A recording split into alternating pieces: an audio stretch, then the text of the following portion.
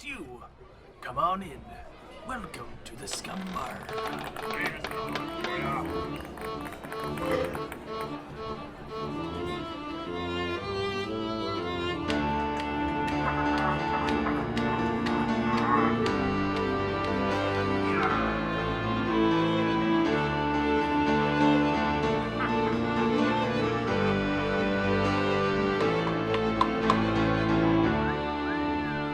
Welcome to the Scum Bar Podcast Marvel Movie Marathon, where we go through the 22 films in the Marvel Cinematic Universe, starting with Iron Man donning his first suit and ending with Thanos and the Infinity Gauntlet. We're going to talk Iron Man, Captain America, Bucky, and everything in between. I am your host, Captain Mattbrush, and with me today is the Winter Soldier himself. I know him. Who was he?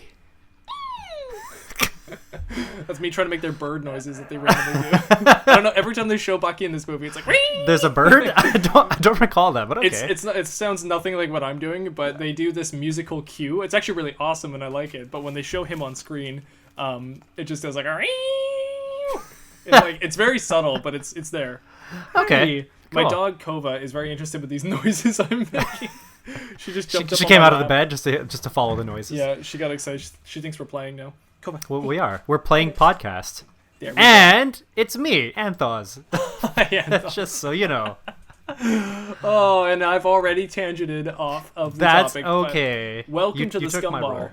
Thanks. Welcome. Thank we you. are here talking about Marvel today on our Marvel Movie Madness. This is the show where we Marvel go through Movie all Marathon. of our films.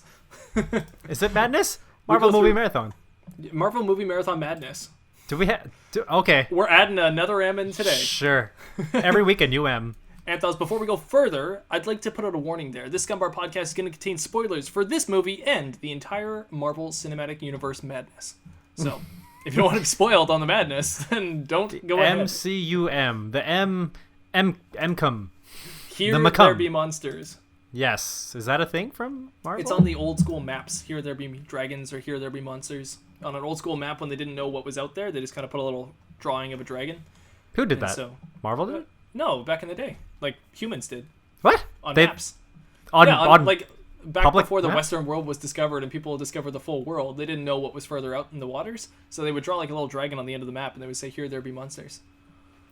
Really? Yeah, that's a real thing. What?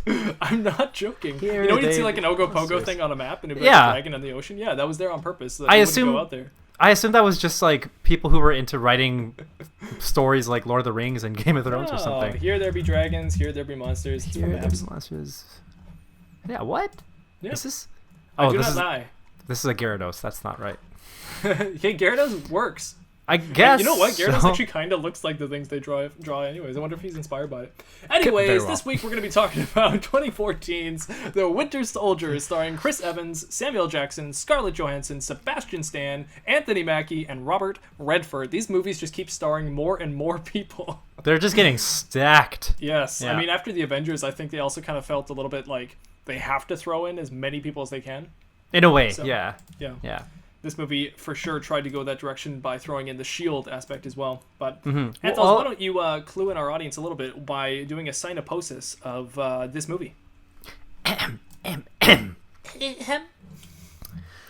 For Steve Rogers, awakening after decades of suspended animation involves more than catching up on pop culture. It also means that this old-school idealist must face a world of subtler threats and difficult moral complexities. That becomes clear when director Nick Fury is killed by the mysterious assassin, the Winter Soldier. But not before warning Rogers that S.H.I.E.L.D. has been subverted by its enemies. When Rogers acts on Fury's warning to trust no one there, he is branded as a traitor by the organization. Now, a fugitive, Captain America must get to the bottom of this deadly mystery with the help of the Black Widow and his new friend, the Falcon. However, the battle will be costly for the Sentinel of Liberty, with Rogers finding enemies where he least expects them while learning that the Winter Soldier looks disturbingly familiar. I know you. Why do I know you? Who are you? I know that face. I touched these lips. Just caressing the Winter Soldier. I've looked into these eyes. I don't know why I clued in finally when I watched this movie last night that this movie stars Captain Falcon. I just realized that it was Captain America and Falcon, so it was Captain Falcon, and I was like, it's always I've never got that till just now. I've never actually. I think every time I think of Falcon, I automatically say Captain Falcon. Yeah, but I'd also attribute that to Smash Bros. It might not just be the movie that's what I mean. aspect, Like, when I even look at Captain Falcon now in Smash Bros, I kind of think a little bit of Steve Rogers in a weird way. It's like, okay. Oh, I don't know. It's just because of Captain America and Falcon. So it's just a weird thing, small thing, but I just kind of noticed that now. Okay. Anyways, Before we get into it here, I'd like to do a little segment where I talk about what this was like when I saw this movie in the theaters. I honestly can't recall much, which is funny because it's more recent. But with this movie, when I saw it in the theaters, I do remember seeing the scene where the one dude starts rifling off a bunch of people's names in the Marvel Cinematic Universe. He's like Stephen Strange, and he says like, sophomore high school person, Tony Stark, and he just says all these names. And when he said Stephen Strange, I was like, oh, this is important. Like, I remember that moment hitting me, and I had this weird frustration where I was like, I can't wait for the next movie. But it wasn't like a excitement. It was like a frustration that it's going to take so long for the next movie to come out. Because I remember wanting to see like the Stephen Strange movie like right away. And not the Doctor Strange, the Stephen Strange. Stephen Strange. Yeah. And that's well, at the time I didn't even know who Stephen Strange was, so it was yeah, for me, I was just so excited to learn more, you know. Yeah. And that's all I remember. Do you remember anything from the theater? I remember really, really liking it. I remember seeing Georges St-Pierre as the first bad guy and thinking like, "Whoa, that's cool." And then I didn't even notice that was Georges St-Pierre. Yeah, that totally makes sense. So he is French in the movie, so he's Canadian French. Actually, he's Algerian, as Robert Redford corrected. That was so lame. They spoke French. They sounded French. They must be French.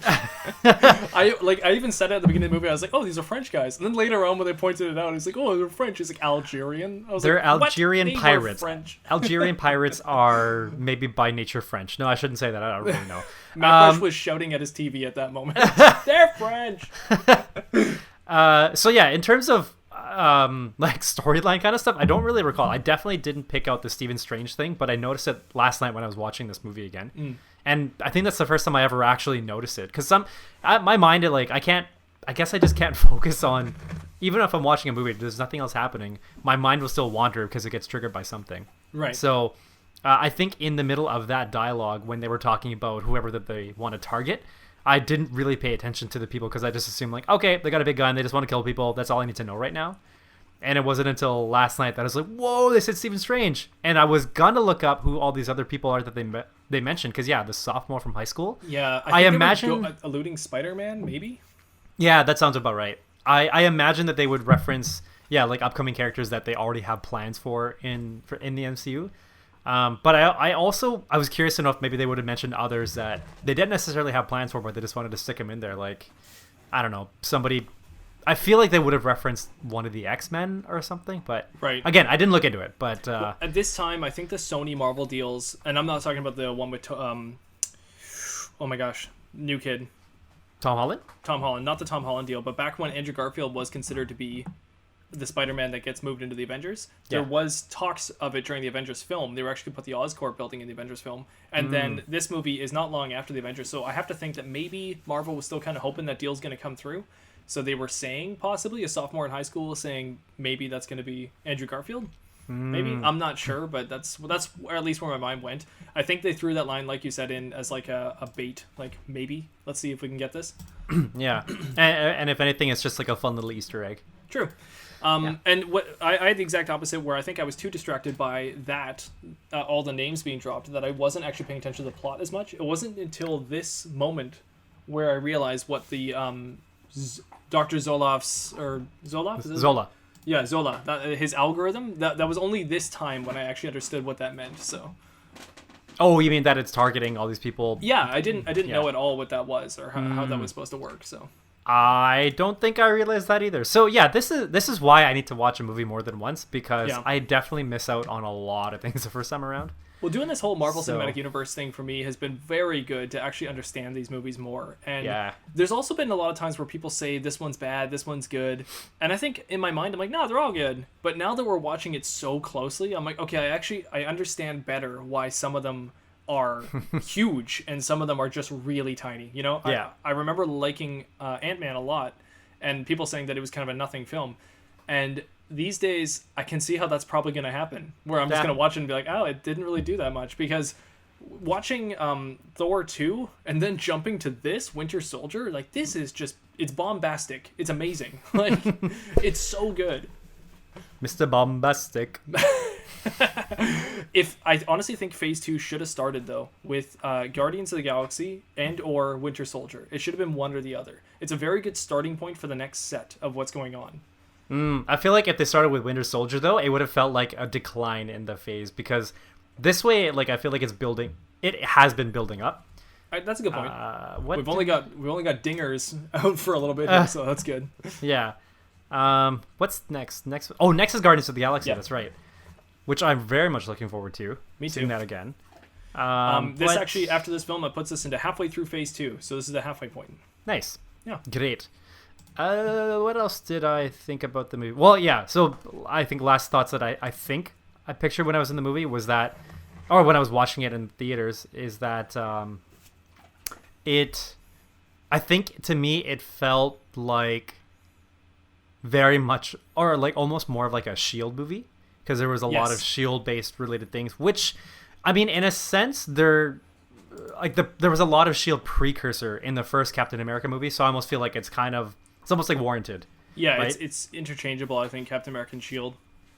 Well, I mean, the agency that was behind it, because like Peggy Carter and everybody, they were the ones that founded. So Peggy Carter, Tommy Lee Jones's character, I forgot his name, and wait, did I say Peggy Lee Carter? Peggy Carter.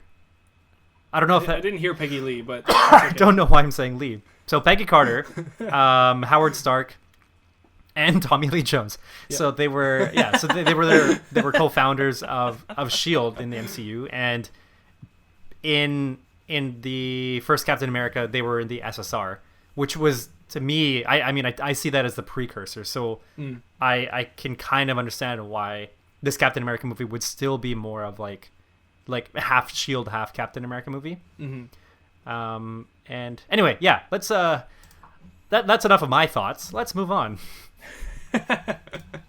All right, so what we like to do here on our Marvel Madness movie marathon breakdown is we take the movie and we put it into 3 acts. Now, I think this movie was a lot easier to break into 3 acts than the last couple ones. It's been kind of rough trying to break these other movies that are just messes of movies into acts. And finally, we get a solid, in my opinion, 3-act structure film. And so we start off with our Act 1, which, Anth0z, I named my Act 1 A Modern Day Avenger. Nice. Actually, ours kind of, I feel like, allude to the same thing. Mine is The World as It Is. Ah, nice, yeah. Yeah. Because it is really kind of like a where are they now kind of thing of, which I said as well with Iron Man and a little bit with Thor too. So it is kind of just keeping you caught up to where the heroes are at this moment. Yeah. But it does it in a really good way. Did you do anything fun Saturday night? Well, all the guys from my barbershop quartet are dead, so no, not really. You know, if you ask Kristen out from statistics, she'd probably say yes. That's why I don't ask. Too shy or too scared? Too busy. I really like that. He's so like, I don't know. He's just a cool guy. Very suave. Very stoic. He's just too busy. As he jumps out of a plane. Is he wearing a parachute? No, he wasn't. So many good lines in this film. Picking quotes was impossible. Like, I just love so many lines. So I'm probably going to quote a lot of this movie as we go through it. Me too. I already saw later on you quote one of my favorite, quote a quote from one of my favorite scenes in the whole movie. Yeah, and when I was writing the scenes down, I just started writing quotes that I liked from that scene, and it wasn't me looking up quotes. I remembered the scene. It was like, oh, I gotta write a quote down for this. Good call. Yeah. So anyways, the movie starts off with a nice morning jog scene at wherever that Washington Monument It's place Washington, is. Yeah. It's probably in Washington. Somewhere in Washington. Yeah, and so we get that famous on your left scene. I really do like this because this movie doesn't have much humor in it, but this is such a memorable, funny moment because not only is it funny, but it's also telling the story. It's like, as he's jogging past Falcon and he's saying on your left, it's very much like a right-hand man or a wingman kind of phrase already. So it's like, it sets up the future, but it's also a hilarious joke because he runs so freaking fast. Yeah. I love how they hit it off too. They hit it off so quick.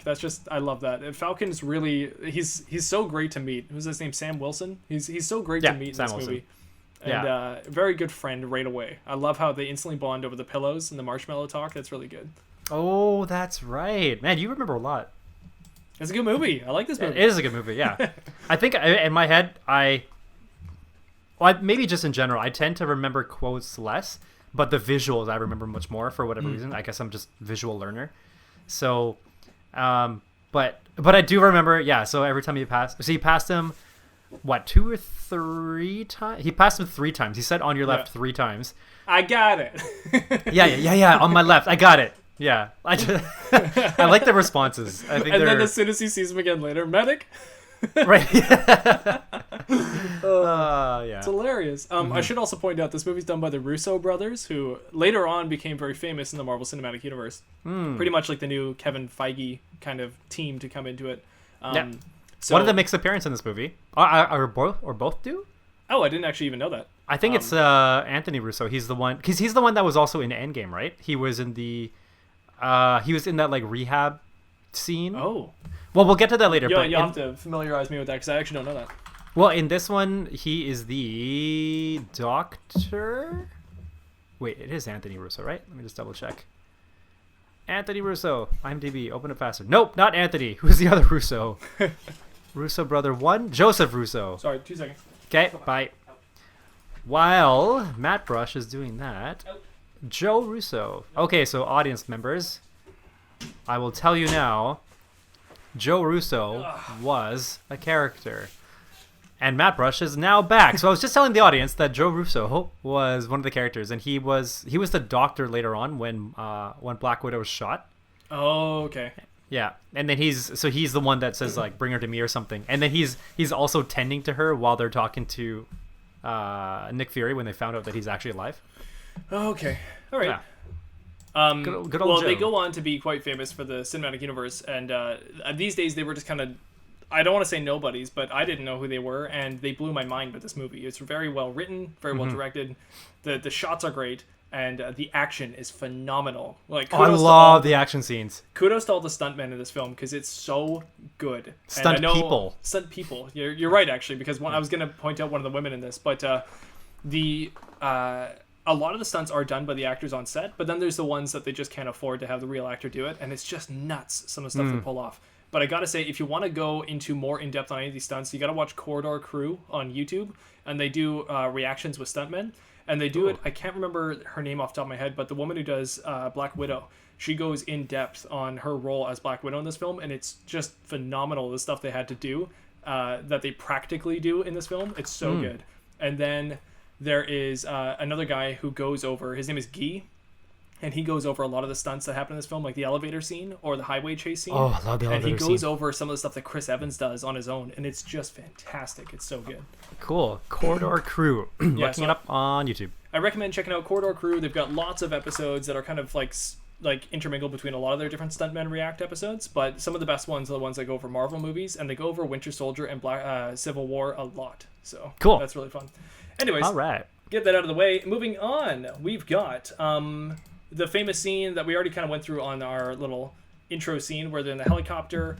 Cap jumps out without a shield. Really epic move where he just kind of like jumps out of a helicopter with no parachute. And I love that dive he does where he just like holds his chest and just kind of like dives right into the water. He's actually really like well versed in the air, I guess, because he first of all he's going like spread eagle kind of thing or whatever you call it. Until you get to like terminal velocity, I guess, and then he kind of pencils it. Yeah, well, he actually dives head first for a little bit so that he can gain that velocity, right? Yeah. Or acceleration. And then he turns back and goes feet first. So he's just like, yeah. I think like they're just like small things to note about him, but I think it's important to establish his maneuverability. Like, it's not hindered kind of like anywhere, you know what I mean? Like on ground, he can be very tactile in a fight, but he's not just limited to being on the ground just because he's human. So he can do these things in the air, which later on we see like a little maybe. Well, I was gonna say this is extreme, but later on we see another extreme case of him maneuvering in the air when he's taking down one of those shield jets. Oh yes. Right? Exactly. Yeah. So I think it's a good thing to establish here in the beginning, just to remind people like he's not human. I mean, he's human, but he's more than like the average human. So not only is he you can like super expect from strong and very perceptive and just he's physically able or capable to do many things, he's also just like very noble and heroic and stoic and like able to just get his mindset into the place he needs to go to as well, to do those things first and foremost. So somebody who could jump out of a building and land and hopefully be safe may not do it, you know, but Cap doesn't hesitate. And that's an important distinction as well. Yeah. So I love when he jumps onto this freighter and he pretty much just starts wiping out everybody on the freighter. It's really quick things, but it's so smart how he's just using the shield like a frisbee and he's just throwing it, dung, dung, dung, dung. And it reminds me a lot of Thor. It's just like he throws this thing and it just like pinballs all around and starts pegging people off. And I love that. Yeah. But with military precision, he's also like strangling guys and bringing them down and just taking them out really quickly. I think it's a really cool little quick freighter takedown, I guess. I really like it too. One thing I find kind of funny is they also establish immediately after. So he takes down like each guy he takes down pretty much in a second. So he runs through what, maybe 10 plus guys. And then it switches over to Black Widow infiltrating. And her first one takes a little bit more time, but the rest like she goes through pretty quickly. When Captain America's doing it, I'm pretty sure he doesn't kill anybody. He either like chokes them out just so that they pass out, or kicks them off the. He kicked a couple people that probably should have killed them, but I know like one went off the ship. He's playing fast and loose with the life or death rule here. He's not Batman, I guess. Yeah, well, I guess he knows how to pull his punches and kicks, but anyway, so pretty sure he doesn't kill anybody.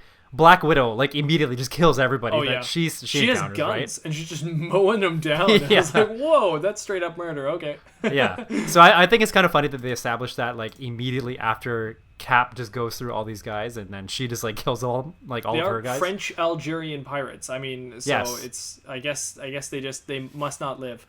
They're anomalies. I guess so. Yeah. So we get. During this week, there's a lot of moments that happen. We've got that one actor who returns now as what's his name? Oh, Sitwell. Ooh, what's your name? Sitwell. That's his name. You're right. good call on that. Agent Sitwell. So he's one of the hostages, which is already a call out to bringing back an actor here who played a part in S.H.I.E.L.D. He's one of these hostages. We got these Algerian/French guys who are holding this whole place down. George St. Pierre guys. Pirates, yeah.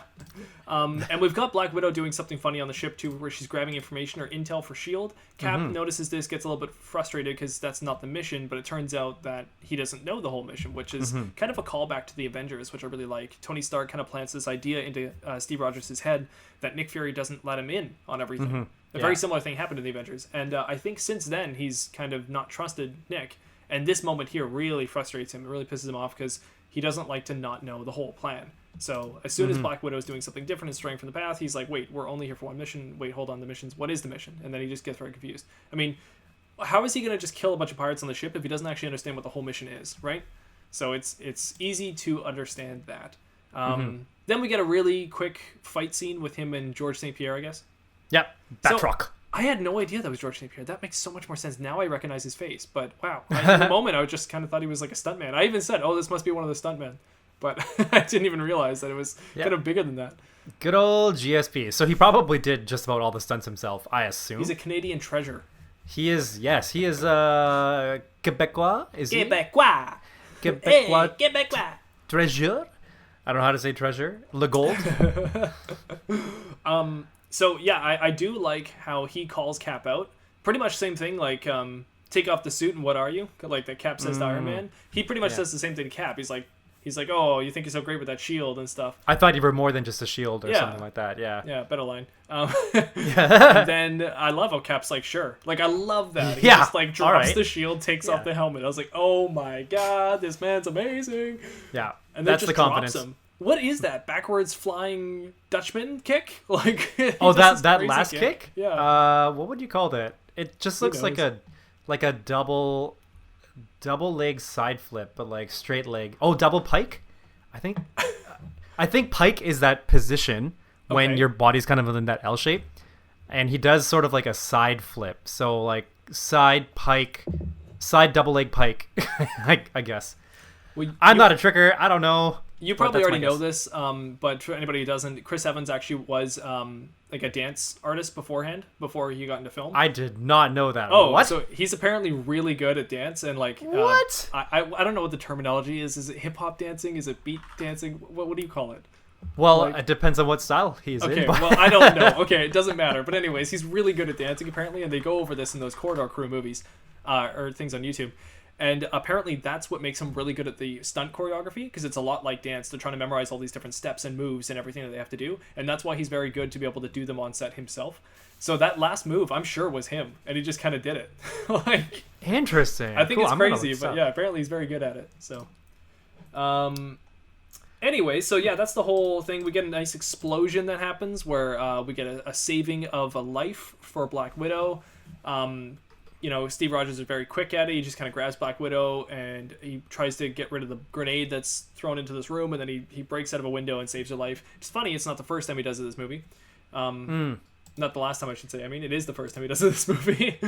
And then they get away and they escape from this amazing, awesome, cool set that I really liked. I should also point out here, we get our first appearance of Brock Rumlow, who is later on going to become Crossbones. Who is, What? Haven't we seen him before?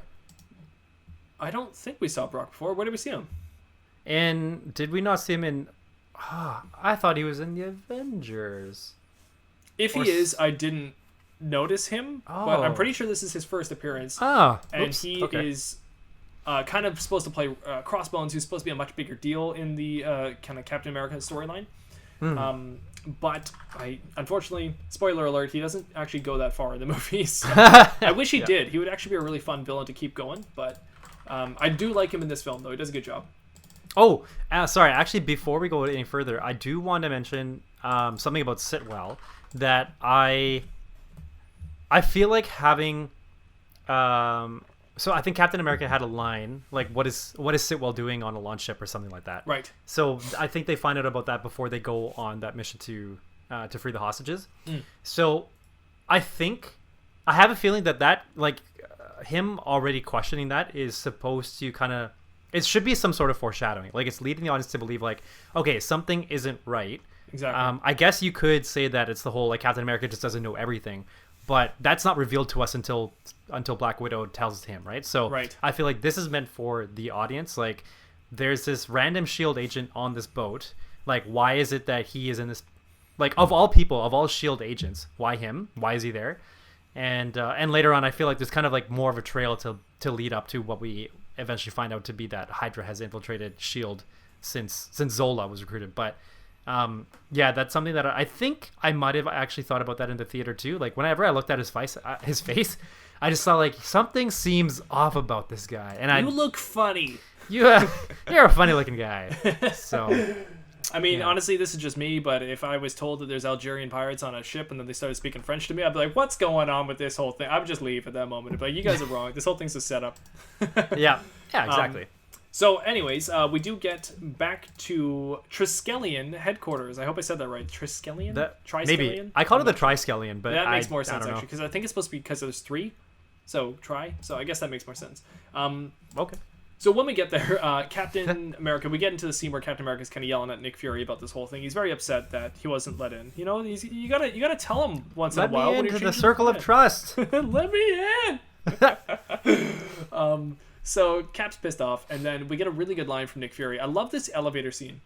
It's actually kind of funny because we're getting a lot of what's going to happen later to Cap, a very important part of the movie, what's going to happen later to Cap. We kind of get it played out in this scene, which is really interesting.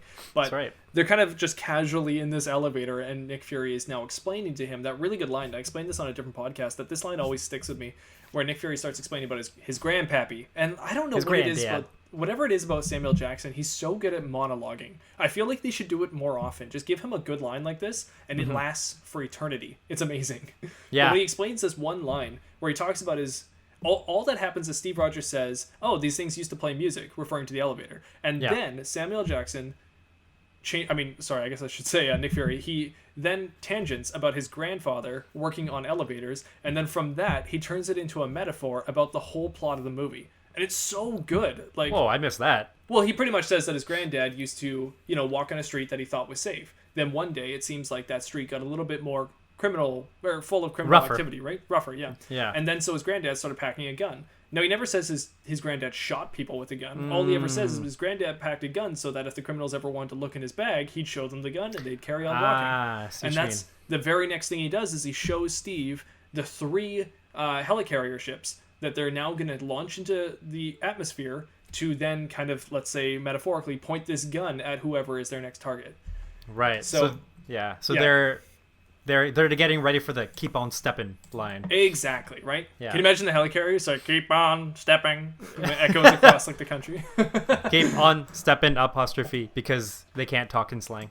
Everybody stepping time, stepping time, stepping time. Clementine, isn't there another? Anyway, never mind. So that's all I wanted to point out about that scene. I really do like that, and I like the elevator going down. I think the effects are kind of cool. I love watching the whole background as it kind of goes up, and then suddenly you're now in the bunker of S.H.I.E.L.D. I thought that was really fun. I almost think that elevator scene, the way that they describe, the way that you have described like the actual plot of the movie with their interaction, I almost feel like their interaction also describes what happens to Cap in the elevator later on, in a way. Yeah. In a way. Actually, yeah, you're kind of right. In a way. Yeah, okay. In a way, yeah, I see it. No, in a way. I see it. Last thing I'll point out about the scene, I like how Steve points out, this is Stark's invention. He goes, he might have helped a little bit on some of this. As the helicarriers being able to kind of, I guess, run without fuel. I don't know how they're... He said like they use like vibration technology or something to stay up. So they...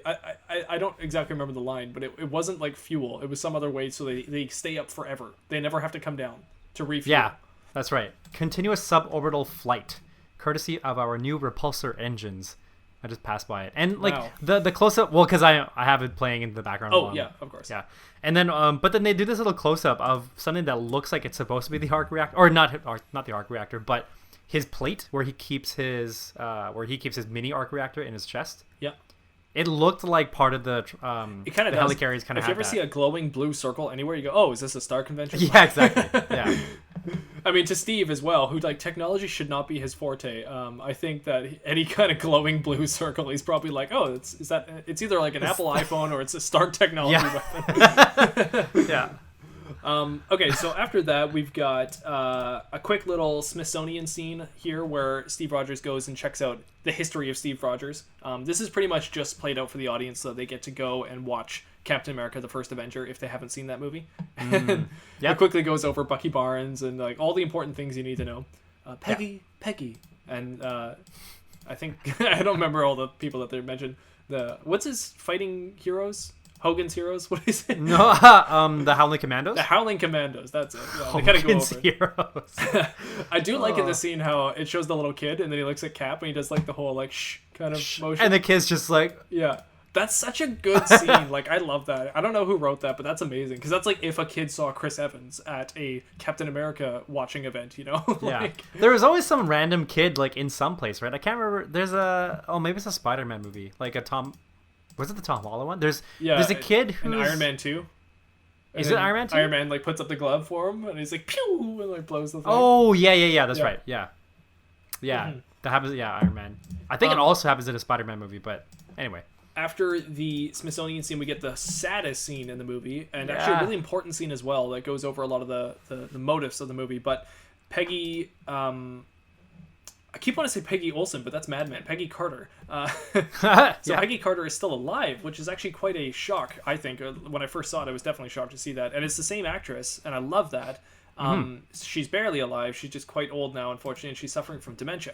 Yeah. But this scene is crushing because Steve is pouring his heart out about how he can't relate to people. And obviously you feel bad for Steve Rogers, but she's trying to help him with that. And you start to realize after the scene goes through that she's suffering from dementia because she loses it a little bit and then comes back. And when she comes back, the moment that she relapses to is the moment when she first sees Steve again, which has got to be the hardest thing for him. It means that Steve has to constantly relive learning... Or constantly live showing her who he is, I guess. Yeah, 50 First Dates. It's 50 First Dates, but the date is a little bit older, unfortunately. But he's so genuine and he's so amazing in this moment. It breaks your heart. But one thing I really wanted to point out is that this whole idea of dementia kind of goes under the theme of self-identity, which this whole movie plays off. So Winter Soldier also has this kind of dementia, suffering from his own self-identity. He doesn't know who he is, right? Yeah. And Steve himself is also suffering from self-identity. He doesn't know who he is, and he's trying to find himself in this world, trying to recreate himself. So you've got a lot of these themes of rebuilding who you are in this world. And S.H.I.E.L.D. is also suffering from that too. You're right. If you really think about it. Yeah. I mean, you've even got a Nick Fury wondering if he should be labeled as alive or dead, right? So it's this whole idea of like, how is your image? Who are you, right? Yeah. And this movie does that a lot, and it's very, very good. In fact, actually, Steve, his whole thing with Black Widow in this movie, which this, I think, is by far her best movie out of all the films. Her whole thing is he's trying to rebuild Black Widow so she doesn't look so bad on her image. He always says, must be kind of tough to live that kind of life. So it's this whole movie is kind of playing around with these ideas, but it doesn't hit harder than it does here with Peggy Carter, and it's a rough scene, and it's really quick, and I wish you get a little bit more of it, but it comes and goes, and it's gone. But again, this is Cap's biggest weakness, and it's harder for him to deal with this than it is to actually fight Bucky, which I think is really important to know early on in the film. Right. Actually, that is a good point. Very good point. And then so next one we're back over to the Triskelion again, and we're finding out that Nick Fury all of a sudden is not able to access the things that he was able to before. So what is going on? Here we're going into I think here we're kind of playing into that, like, in a way, self-identity thing, because if he's not able to do what he normally is able to do, then, like, you know, what's going on? Who's playing the strings like over my head when I'm supposed to be knowing exactly what's going on with everything, right? It's a creepy moment when it says Nick Fury does not allow Nick Fury access, you know? He's like, wait, that's right. What? Like, he's like, what does that mean? It's a good moment. I do like this Alexander Pierce that you see here when he goes to Alexander Pierce, and they kind of seem like old friends, and I really like that. I think it's a good moment where the two of them are kind of talking, and he actually seems like a genuine good guy in this moment. He does seem like he cares about Nick. Now, obviously, he says something off because Nick is instantly, like, freaked out. He thinks something's up in S.H.I.E.L.D. And he escapes, luckily, easier than Steve does later on in the film. But Nick is able to get out and get into his car. And then we get probably one of the most famous scenes in this movie. It's a really great scene. I always forget it's here. Scene. I call this the car ambush scene, but this one is creepy to me because S.H.I.E.L.D. is obviously so big that it has some kind of control over the local police officers as well. So but they're not. Are they not local police officers? Because they're all driving regular police cruisers and wearing police uniforms. I think maybe there's some sort of other, like, it's like a Hydra infiltration thing, so they're not actually police officers. Because in the car talks to him, and it says something like no local authorities within the vicinity. Oh, okay. So, I missed that line. That makes a lot more sense then. Okay. Yeah, because otherwise, then they would have just been like corrupt people, but like police just wouldn't, shoot at a random person. Yeah. Not a random person. I mean, even knowing who he is, I don't think they would just open fire on him plainly, right? So yeah. My guess is they were all just Hydra people who happened to get in like police cars just to be able to go to do what they're doing. Yeah. Okay. Now we can't do the scene justice because there's so much nuance to the scene and little subtleties that make it so great. It builds the tension more and more and more until suddenly it just slams the back of his car with another cop car, and you realize you're in the middle of an action sequence. And it's great. I just love the rapidity of like police just ramping up as quick as they can, and suddenly there's a battering ram at his car window and he's trying to break it down, and you as the audience, you don't know how great Nick's car is, so you keep thinking he's about to die, and then suddenly he's got one more trick up his sleeve all the way until the very end of this whole thing. He is like on the brink of death, and then suddenly he's able to get away. It's crazy. Like, so crazy. Yeah. I actually I thought this is kind of cool. There's sort of like a parallel with him and his car to Tony and Jarvis, because he's kind of having this like back and forth, right? And then obviously like the car, I guess the AI is giving information that he just doesn't care about, or that doesn't want to hear. Is there anything that works? The air conditioning is yes, exactly, right? So that's totally like a Jarvis moment. I think I wrote hashtag Jarvis memes. So that's pretty much what this is. Like, he's getting the car is trolling him at that point. Yeah, pretty much. So with this scene, I found that is the sun up. Yeah, put it on the left. So because this is happening in the first act, and he gets pretty much like the first big action scene of this movie. Yeah, I think, right? And to me, that's kind of telling of how big S.H.I.E.L.D. is in the grand scheme of MCU. Yes. Otherwise, like, why does Nick Fury get to have this? Not just that Nick Fury is important to the MCU, but Shield itself, like Shield and Avengers, they're in a way for the MCU. I feel like they're not necessarily hand in hand, but like they complement each other. Right. Like Shield will be able to provide where the Avengers can't for whatever reason, right? And Shield is like the laid foundation first, and then the Avengers are the brute strength and bonus other kind of aspects on top of that. So for sure.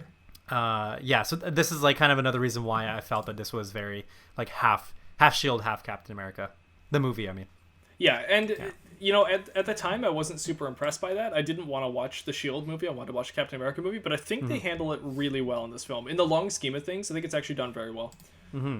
Just as much as like Civil War also doesn't feel like Captain America's movie. It feels like an Avengers film. But at the same time, they handled the Captain America stuff really well, so I can't be too mad. So moving on from Fury, he does escape in the weirdest way possible. I can't explain it for Marvel, but he cuts a hole in the road and is suddenly in the sewer, I guess. Like, I don't know where he went. I also don't know why the Winter Soldier can't go down that hole. Like, it's very strange, but whatever. I'm not going to complain too much. He just escapes and he's gone. So sure. Yeah, I think we just have to take like Nick Fury as being very resourceful. He's slippery. Like he can he's a very slippery guy. He can pull out a giant machine gun and shoot all of you down, and then he can burn a hole through the ground and get out of harm's way. So it is fun to watch him in these cool action sequences, though. I do like that. So he's kind of like the Marvel James Bond. Yeah, actually, I did write that later on. This movie has a lot of spy moments. It feels more like Mission Impossible to me, but it's got like some spy tech and stuff that they kind of handle in this, and this kind of feels like that actually in this moment. So then in Steve's apartment, we get a cool scene where Steve's coming back and doing laundry. Isn't that fun? And when he gets back, he gets this kind of like interchange with his neighbor. There's like some. He kind of like does like a little, hey, do you want to get coffee later kind of thing, and she shuts him down. But it turns out that she's also interested, because she's like, you know, this doesn't mean no. He's all like, hey, cool, interesting. Might get some kind of love interest. So I was cool with that. That was fun. Yeah, love interest in the form of a relative, Peggy Carter. But yes, that's okay. And I love this moment where she says, you left your radio on. And the way she says it is just like, you left the radio on, so casual. And that's it. And Steve gets to his door, then he thinks, I didn't leave the radio on. So he's like, I'm going to go in the back door. What's funny is, I think she knows this too. I don't know if I don't know if this is really simple and the movie's trying to tell me this, or this is just me thinking into it too much. I don't know. But I feel like she knows this too. And she said, you left your radio on as like don't go in your apartment. Because she is secretly a S.H.I.E.L.D. agent. That's right. Yeah. So I think she's actually saying, you left your radio on, don't go in your apartment. But she can't tell him she's a S.H.I.E.L.D. agent. So she just did it in her casual way, knowing he'll get it, you know? So I think that she actually just spoon-fed him there, and it worked. So I think she saved his life in a weird way. But actually, it doesn't really matter, because it was Nick Fury who was sitting in his apartment, and it turns out Nick Fury has to talk to Steve because he doesn't know who to trust. Ears everywhere. Yes. My wife kicked me out. Yeah. I like it's just like... Steve's just like, am I the only one who knows? Or something. He doesn't really know what to say here. Also, just to point out that the song that he's playing on the record player is the song that he and Peggy danced to at the very end of Endgame. Oh, interesting. Good little trivia. I didn't know that. Boo, boo, doo, boo, doo, doo, doo, doo, doo, doo, doo, doo, doo. Oh, what is that song? I love that song. Keep forgetting. That's like the New York song. Dance song. It's been a long time. Is what it's called. Cute. Yeah. Is that why I kept saying Peggy Lee? There's a song called "It's Been a Long Time" by Peggy Lee. Maybe that's why you're saying Peggy Lee. Actually, no, I think I said it because Tommy Lee. Tommy Lee. I'm pretty sure it was Tommy Lee. Yeah. Tommy Lee Jones. We should say, not Tommy Lee. Yeah. So, Nick goes through a whole spiel about how he can't trust anyone, and then right when he's about to tell Captain America why he can't trust anybody, he gets shot. And this was a great shot by none other than Bucky Barnes, a nice sniper shot, which Cap notices right away. Then he steals the USB stick and decides to go after the masked man. I wouldn't say he steals it. I mean, he kind of just hands it to him. Snatches it, I guess. Nick Fury does say, don't trust anybody, and he gives it to him. Yeah. And then Steve kind of breaks out and runs after this masked man. There's a rooftop encounter that kind of reminds me of Daredevil in an interesting way. It would kind of be... It's kind of got Daredevil-ish vibes to it. It would have been sweet to see the Russo brothers do a Daredevil film, but... the scene leading up to the roof, actually, I thought it was kind of cool because it's almost like Captain America as a parallel to to the Hulk, who are exposed to like the way that they are right now is because of the serum, super soldier serum, the super soldier serum. So he gets to have his kind of like Hulk hallway chase down moment. So he's running through the hallways, like kind of bashing into walls because he's so when he runs like too out of fast control. Into the wall. Yeah, the right. So he has to stop himself with the wall, and the wall crumbles in. It's like, oh man, that's so good. It's such a like a little detail, but it tells you so much. I love it. I know. Yeah, I loved it too. It was great. And I love when he throws the shield. This was in the trailers. It got everybody. He throws the shield, and then boom, bionic arm catches the shield. That's such a good moment. It's like it's yet another moment where Bucky Barnes holds the shield, but it's just also this weird moment where it's the power is taken away from Captain America right away. And he feels instantly like, who the hell is this? And it's really interesting, but they still kind of go through that. So I like that encounter. Bucky scene number 1. Yes. Then we get first time he holds the shield. Yes, and then we get the fake death. Right. Yeah. Sorry, we get the hospital scene. I couldn't remember where this death happened, but it was in the hospital here, and then we pretty much just get like a weird theatrical show where Nick dies, and like Maria Hill, Black Widow, and Captain America are all just kind of watching, and they all kind of emote. Now, I have a feeling Maria Hill already knows. I think she already knows at this moment that he's not actually dead. Probably. Yeah. I think this is mostly for the other two, and I literally mean show. This is like a theatrical show performance they're putting on here, I think, for the other two, because Nick doesn't know who to trust at the moment. Now, apparently they're using Bruce Banner's kind of like serum here to slow his heart rate down to a beat per minute. Is that what he said? It was like was it Bruce's? Oh, that's right. Yeah. It was to calm his heart Who did I say? one beat a minute. I meant Bruce Banner. You said Bruce Banner. You're right. Yeah. So it's interesting how they're bringing the other Avengers into this movie still by just name drops only, but I like it. It seems to work. So. And with that, Nick ends up passing out, dying. You get some emotions. You know, Captain's all like, "You never seen someone die on a battlefield before? Oh, you never lost a man." Black Widow's all emoting, and that's actually where I end my act. Is right there on Nick's death. And me too. I wrote my last line is Foxtrot is dead, which I thought was the worst nickname. Foxtrot. Well, I named him Black Eagle. I figured well, I figured the Foxtrot is because like Fury, and maybe that's just like maybe over the radio it wouldn't come across as well. So the phonetic radio kind of names. Yeah, exactly. I figured like that just too to plain be the most... though. For Nick Fury, you can't do Foxtrot. That's who you do like a soldier. His name is like Fred. They should have gone with like Fargo or something. Fargo. Oh, I love it. Anyways, we're gonna move into Act 2 here. Sorry. One more thing. I wrote a note saying, "Why is Sitwell there? Sitwell is somewhere. Where is he? After the hallway." Chris Evans gets the Hulk down the hall chase scene. Well, that's what I wrote down. And then why is Sitwell there? Why is he anywhere? Hydra is what I wrote down. So I think there's another point where Sitwell is. Maybe he's at the. Is he at the not the hospital? I think he's kind of he must be there like at the hospital to notice that Nick Fury is dying or whatever. Right. Which is probably why the theatrical show is happening. Yeah, but I think like because we haven't really seen Sitwell be close to like have like a close relation with Nick Fury directly, I feel like him being there is kind of inferring that like he's not somebody who we would normally see there, so he must be there for some other like a hidden agenda. Right. And so I feel like there's another breadcrumb to lead towards the whole Hydra thing. Interesting. I actually didn't notice that, but I'm sure that's why that is. Very well could be. But I could be wrong. Could be. Who knows? Okay, so for Act 2, I have called it Cap on the Run. Cap on the Run. I called it Tear It Down. Oh, I should mention. Tear It Down.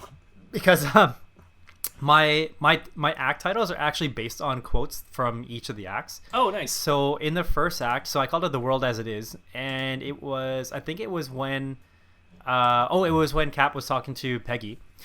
And she said something like no, sorry. It was Fury and Cap in the elevator when it's after Fury introduces Cap to like everything that they're building, like their military and all that kind of stuff, and talking about how they're like Cap is saying that they're basically controlling people with fear as opposed to some other good thing. Right. And so he said something like S.H.I.E.L.D. takes the world as it is, not as we want it to be, or not as it should be, or something like that. Yeah. So Yeah, so that's why my act title is The World as It Is, based on that quote. And then my second quote, so second act quote, Tear It Down, is based on something that Peggy said. To build a better new world, it means having to tear the old one down. Right. Maybe Peggy didn't say it. Oh, maybe Pierce said it. Somebody, I think it was Pierce that said it. Yeah. And I feel like this act kind of resembles, or starts to really pull apart S.H.I.E.L.D. a bit more. Yes. Just because we have we have Nick Fury's down. Some people are on the loose. We're not sure who's who and who's on the good side and who's on the bad side. So it's really, we're starting to really see kind of like the end of S.H.I.E.L.D. Yeah, if this act had a logo, it'd be the S.H.I.E.L.D. logo, and it's like ripping apart, and behind it is the Hydra logo. Yeah, exactly, for sure. All right, I have a question for you, which you don't have to answer, but I feel like if you don't answer it, though, you're kind of answering it, you know? What?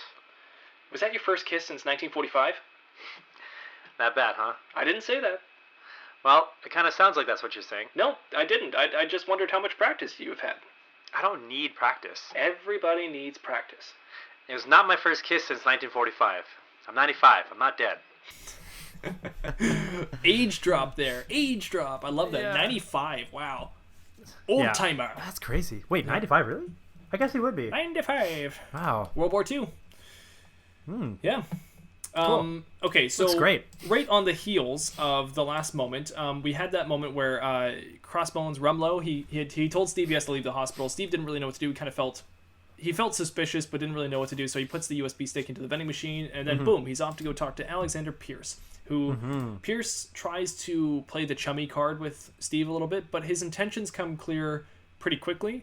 He doesn't necessarily say, I'm the bad guy, but he does say, I will stop at nothing to get this information. But he plays it off... I will do bad things. Yeah, but he plays it off as in, like, he's doing it for a good cause. Yeah. So he's still not necessarily seeming that evil, but Steve doesn't buy it. And we get that really interesting elevator scene next, where Steve jumps into the elevator. And this is another great scene full of nuance, where it's just, like, the tension slowly rises. It starts with just like a couple guys coming onto the elevator, and they're just piling in, and then you get Rumlow comes in the elevator, and even he's just like, oh, that was a great job you did last Saturday working with those things, Steve. Like, oh, good job, man. Like, or sorry to hear about Nick Fury, whatever he says. Like, he's just like, he's trying to be so chummy. But then I love the moment where Captain America looks over and the guy's sweating, and then Captain America looks at the businessman. The businessman is sweating, and he's just like, why is he sweating? This is probably my favorite scene of the whole movie. It's so good. And they spoiled it in the trailer, but I didn't care. Oh, that's right. Yeah, they did. So what I thought was cool, or actually, funny, but it helps with that tension buildup, right? So the first wave is just like a few guys, Rumlow, and then for some reason that one guy is holding the gun. Oh, I met that guy. He was in Vancouver for, maybe he was filming or something, and he was at a gymnastics drop-in. Oh, cool. And yeah, he was there. He's a pretty big guy. Anyway, so the guy I was talking about, earlier in Corridor Crew, Guy, he's in this scene. You'll see him at the end when it shows the big wide shot. I mean, he's in a lot of the fighting, but in the big wide shot, it shows at the end, he's an African-American guy. And at the end, he's kind of like sleeping on a guy's leg in the corner, but they point him out in the Corridor Crew movie, or show on YouTube. But so he's in the scene. He breaks down this whole scene. So. Oh, that might actually be the because there's only one African American guy, right? Name. Yeah. Really funny guy though. He's awesome. Anyway, could be the one that I met, but so the first wave, Rumlow and two of those guys. Second wave, buff guys in suits. Yeah. Like at the Triskelion, are you really gonna see like these buff guys in suits? All the buff guys are definitely gonna be the ones who are in like training and tactical gear. It looks like WWF. Like, a little bit. It totally does, because it's like too tight. And Vince McMahon comes on. Right. Then third wave, we get like a few of the last, just like the biggest guys that they happen to have at S.H.I.E.L.D. headquarters or the Triskelion. Oh. And I think it's just, it's a really funny build-up. But, right. So something with this scene that I thought is really cool is, so kind of back to how I'm talking about the importance of this movie being half S.H.I.E.L.D., half Captain America. So if you notice, like with Nick Fury, like he's one guy. He's not an Avenger. He doesn't have powers. He has one eye. Yep. And yet, Hydra, or I guess it is Hydra orchestrating it after all that, they have all of these men that are there just to take down Nick Fury of all people, like that really puts Nick Fury at such like a very high importance level, like a very high threat level too, right? Even just for a human. And so then you get this scene, and so with Nick Fury they have to have this whole strategic procedure where they got like waves of cars, car ambush, like the car ambush, and then like that giant pressurized like car buster or whatever, and a bunch of guns and the Winter Soldier just to get Nick Fury. And then here in the elevator we got like 3 waves of like the best tactical people in S.H.I.E.L.D. trying to take down Captain America, crammed into a small elevator, in like a very small space. And their plan is like to magnetize him to the wall so they keep him stuck there, I guess, something like that. I guess they were hoping that they can overcome his strength, maybe, but nope. And so anyway, so I feel like the parallels for how much effort it takes to take down Nick, and at the same time how much effort it takes to take down Cap, like how much effort they're putting into it, just shows like how important how pivotal both of these characters really are to like for the movie. It reminds me of conspiracies in the government today, where you see like the Jeffrey Epstein thing that happened, and like he's in jail, and everyone's like, oh my god, he's gonna get killed by the government because he knows too much. And then then he gets killed, sorry, he commits suicide. Regardless, it reminds me of that because it's like, how hard are these people willing to go to make sure that their secrets are contained? Let's just say, even if the Jeffrey Epstein thing isn't true, regardless, it still reminds me of that same motivation. It's like, how far is that controlling government going for? And that's exactly what they're portraying in this. There's not a really good look for government in this movie, or any kind of peacekeeper. Even the policemen, which I guess were disguised as the Hydra people, but they don't show good cops, for example, in this movie either. It's all very much like a conspiracy kind of film in this one. So I do think it's interesting. And like you said, the power behind those kind of controlling forces is scary. So I like that. And so Steve barely gets out of the elevator, but he does. He takes everybody down. He has that really awesome line, though. He says, before we get started, does anybody want to get out? That's so good. That's a great line. Like, man, I love the confidence. This is like the video game Doom levels of awesome in this moment. Like, especially when the guys are sweating to be in the elevator with him. Like, you've just made your main character so badass. Like, totally. Because it's not just like he's being a cocky guy. Like, no. he knows he can take them down. Can take them all on, right? And he actually is sincerely trying to help them. Exactly. Being nice for them, right? Yeah. I do love how he escapes the elevator. He has to pretty much just jump out of the elevator, and he uses his shield to just bash through a few floors of this building and land in the main lobby. Like, jeez. It's pretty intense, and even he doesn't want to do it. You can see that he's hesitant, but he does it anyways. Looks like it probably hurts. Probably, but he doesn't like break an arm or anything. He's also fine. And then I don't know what else to call this except for the helicopter boss battle, because he gets on his motorbike and escapes the garage in a very Captain America the First Avenger kind of fashion. He gets on his motorbike and the helicopter starts shooting at him. I really expected him to put the shield on the bike again. I thought he was going to, but he never did. Right.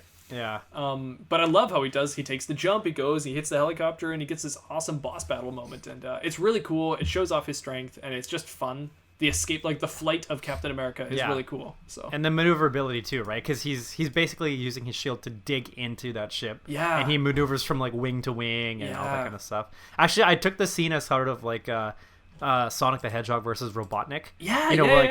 Speedster, and then gets on top of the ship. Pinball kind of motion to it, and it's very video game-esque. It really feels like a video game in that moment, but I love it. It's really cool. Yeah, fun to watch. You don't feel the threat at all, but it's fun to watch for sure.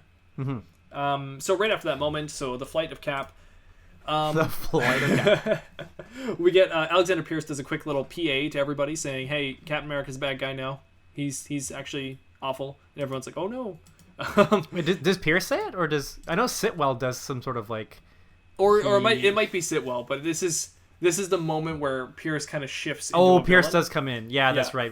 And so everyone now at the Tri-Skellion office now assumes that Cap is enemy number one. He has secrets that he's not willing to give. He actually doesn't even lie about that. He pretty much just tells everybody Captain America knows what's up, and he's not telling us what's up. I thought that was really funny, because I was like, if you're working for S.H.I.E.L.D., you're probably like, yeah, why would he? But we do get this really interesting moment. I really like how they did this, where Alexander Pierce comes home, and the Winter Soldier is there holding a gun. And it's great, because you think that the Winter Soldier is about to shoot him. And it's actually quite threatening. And he looks almost scared in the scene, like he's going to get shot. And a then little bit, yeah. Then his maid comes by, and then the power of the scene shifts in like a second. Right when he offers Captain America or Winter Soldier milk, I think, and then he doesn't want any. You realize suddenly that he's not scared. And you're like, that's interesting. And then right when he starts asking about mission stuff, you're like, what is going on? And then when the nurse comes in, you're like, oh my god. And you realize that Alexander Pierce is actually controlling the Winter Soldier. A very good scene where the focus and power shifts throughout the middle of the scene. It's very good.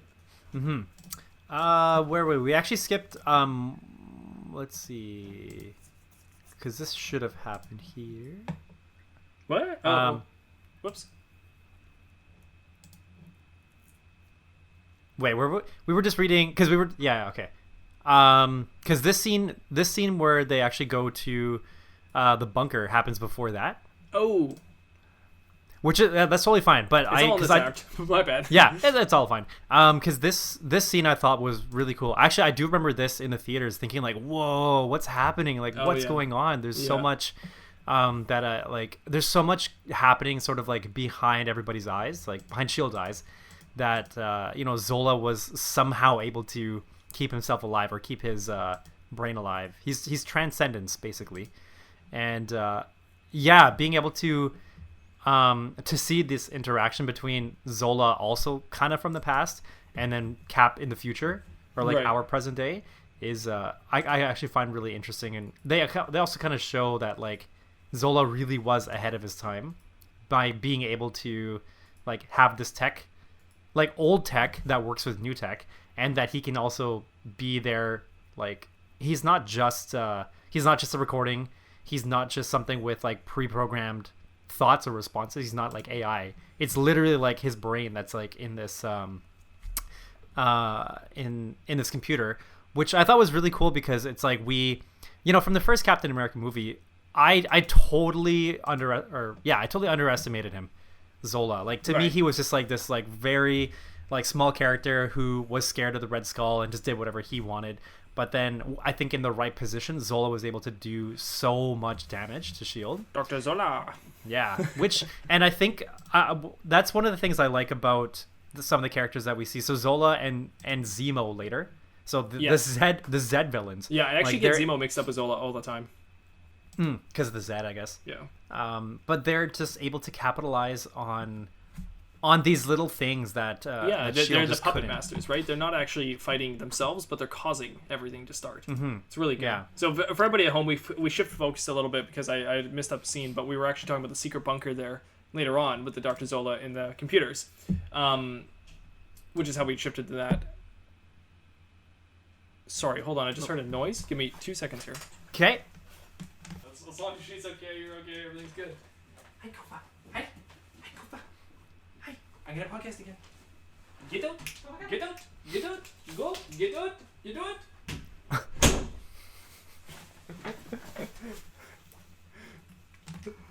And we're back. Welcome back. Sorry, I guess my fiance came home and I didn't realize, so there was someone in my house and I was freaking out there. It's Bucky. That's not the noise, but if you heard it, you know what I'm talking about. I'll have to watch the movie again. I have to look specifically. It's just every time he's on screen, they do this kind of sound. That's a little bit more like that. Anyway, so we're gonna back it up a little bit. So, we get Cap comes back to the hospital where his USB stick was, and when he gets to the hospital, there we've got the return of Black Widow, and she mentions kind of loyalty and trust and not knowing who to trust and all that, which is a really interesting part of the movie with self-identity. So that's why I think it's actually really appropriate that Black Widow's in this film. And during this, she actually brings up the Winter Soldier and the past with the Winter Soldier, how she was on a mission and how he shot her. Yeah. And she shows the scar. And I think it's really interesting that there's this connection between the two, and I would love it if we got some kind of movie that was back in the day where we got to see this. I know the Black Widow film that's coming out is not going to cover this. Unfortunately, it's later on. But it would be great if we could see this moment with the Winter Soldier in action back in the day. That'd be amazing to watch. So there could be like a cameo or some sort of like flashback sequence, but yeah, it's very unlikely that's gonna there's no reason to pull that kind of focus. But I do forget that these two have some kind of connection, so we got to see that connection a little bit in this movie. And I think it's really interesting. Yep. And now she looks terrible in bikinis. Yes, exactly. I bet you look terrible. Yeah. Then we get this really weird Apple like kind of product placement thing where they go to the Apple store and talk to the Apple geek. I've been Aaron. Yeah, exactly. If you need anything, I've been Aaron. What does that mean? Like, I think I've heard people talk like that, but I think only in TV shows and movies, and it's like they're trying to imitate some sort of weird hipster language. It's very hipster-ish. In fact, it's weird that Cap's wearing what he's wearing because he's also very hipster-ish. Like, they just look really strange in this. Well, I guess he's more like urban. Like, they're trying to go for like that urban look. And Black Widow, she's wearing high-heeled sneakers. It's hard to tell, but like if you know the shoes, you know the shoes. So it's just really interesting get-ups. I laughed at the I've been Aaron thing, and then my fiance, like, she didn't laugh because she thought it was like some kind of thing that she didn't get. She was like, is that some kind of joke to something? And I was like, I don't know, it's just funny. Like, it's just a stupid line. I've been Aaron. I've been Aaron. Then we get, like, I don't know why I like this scene so much, but a quick little scene with the truck, and they're driving away in their Ford truck or whatever it is, and we get the scene that you and I reenacted earlier on, and I just love how he's just like, get your feet off the dash, and he's borrowing. Yeah. In this one moment, he just seems like her dad, and I really think that's the role he's playing in this movie, where he's a very, like, a paternal figure to Black Widow. And I'm glad they play that up more than like a romantic figure with Black Widow. Yeah, for sure. I did not want to see Captain America get any kind of love interest with Black Widow at all, and I'm glad they didn't steer into it. So with that one line, "Get your feet off the dash," it was great. It's just like it's him telling her, just like, smarten up. It's good. I like it, and I feel like she listens. Like, she even like looks at it like, oh, okay, sure. Like, yeah. There's no need to be rude at any time in your life, so don't do it. It's basically like where he's coming from, right? Yeah, he's good that way. I like that. Then just to catch up, then we get to Camp Lehi. Camp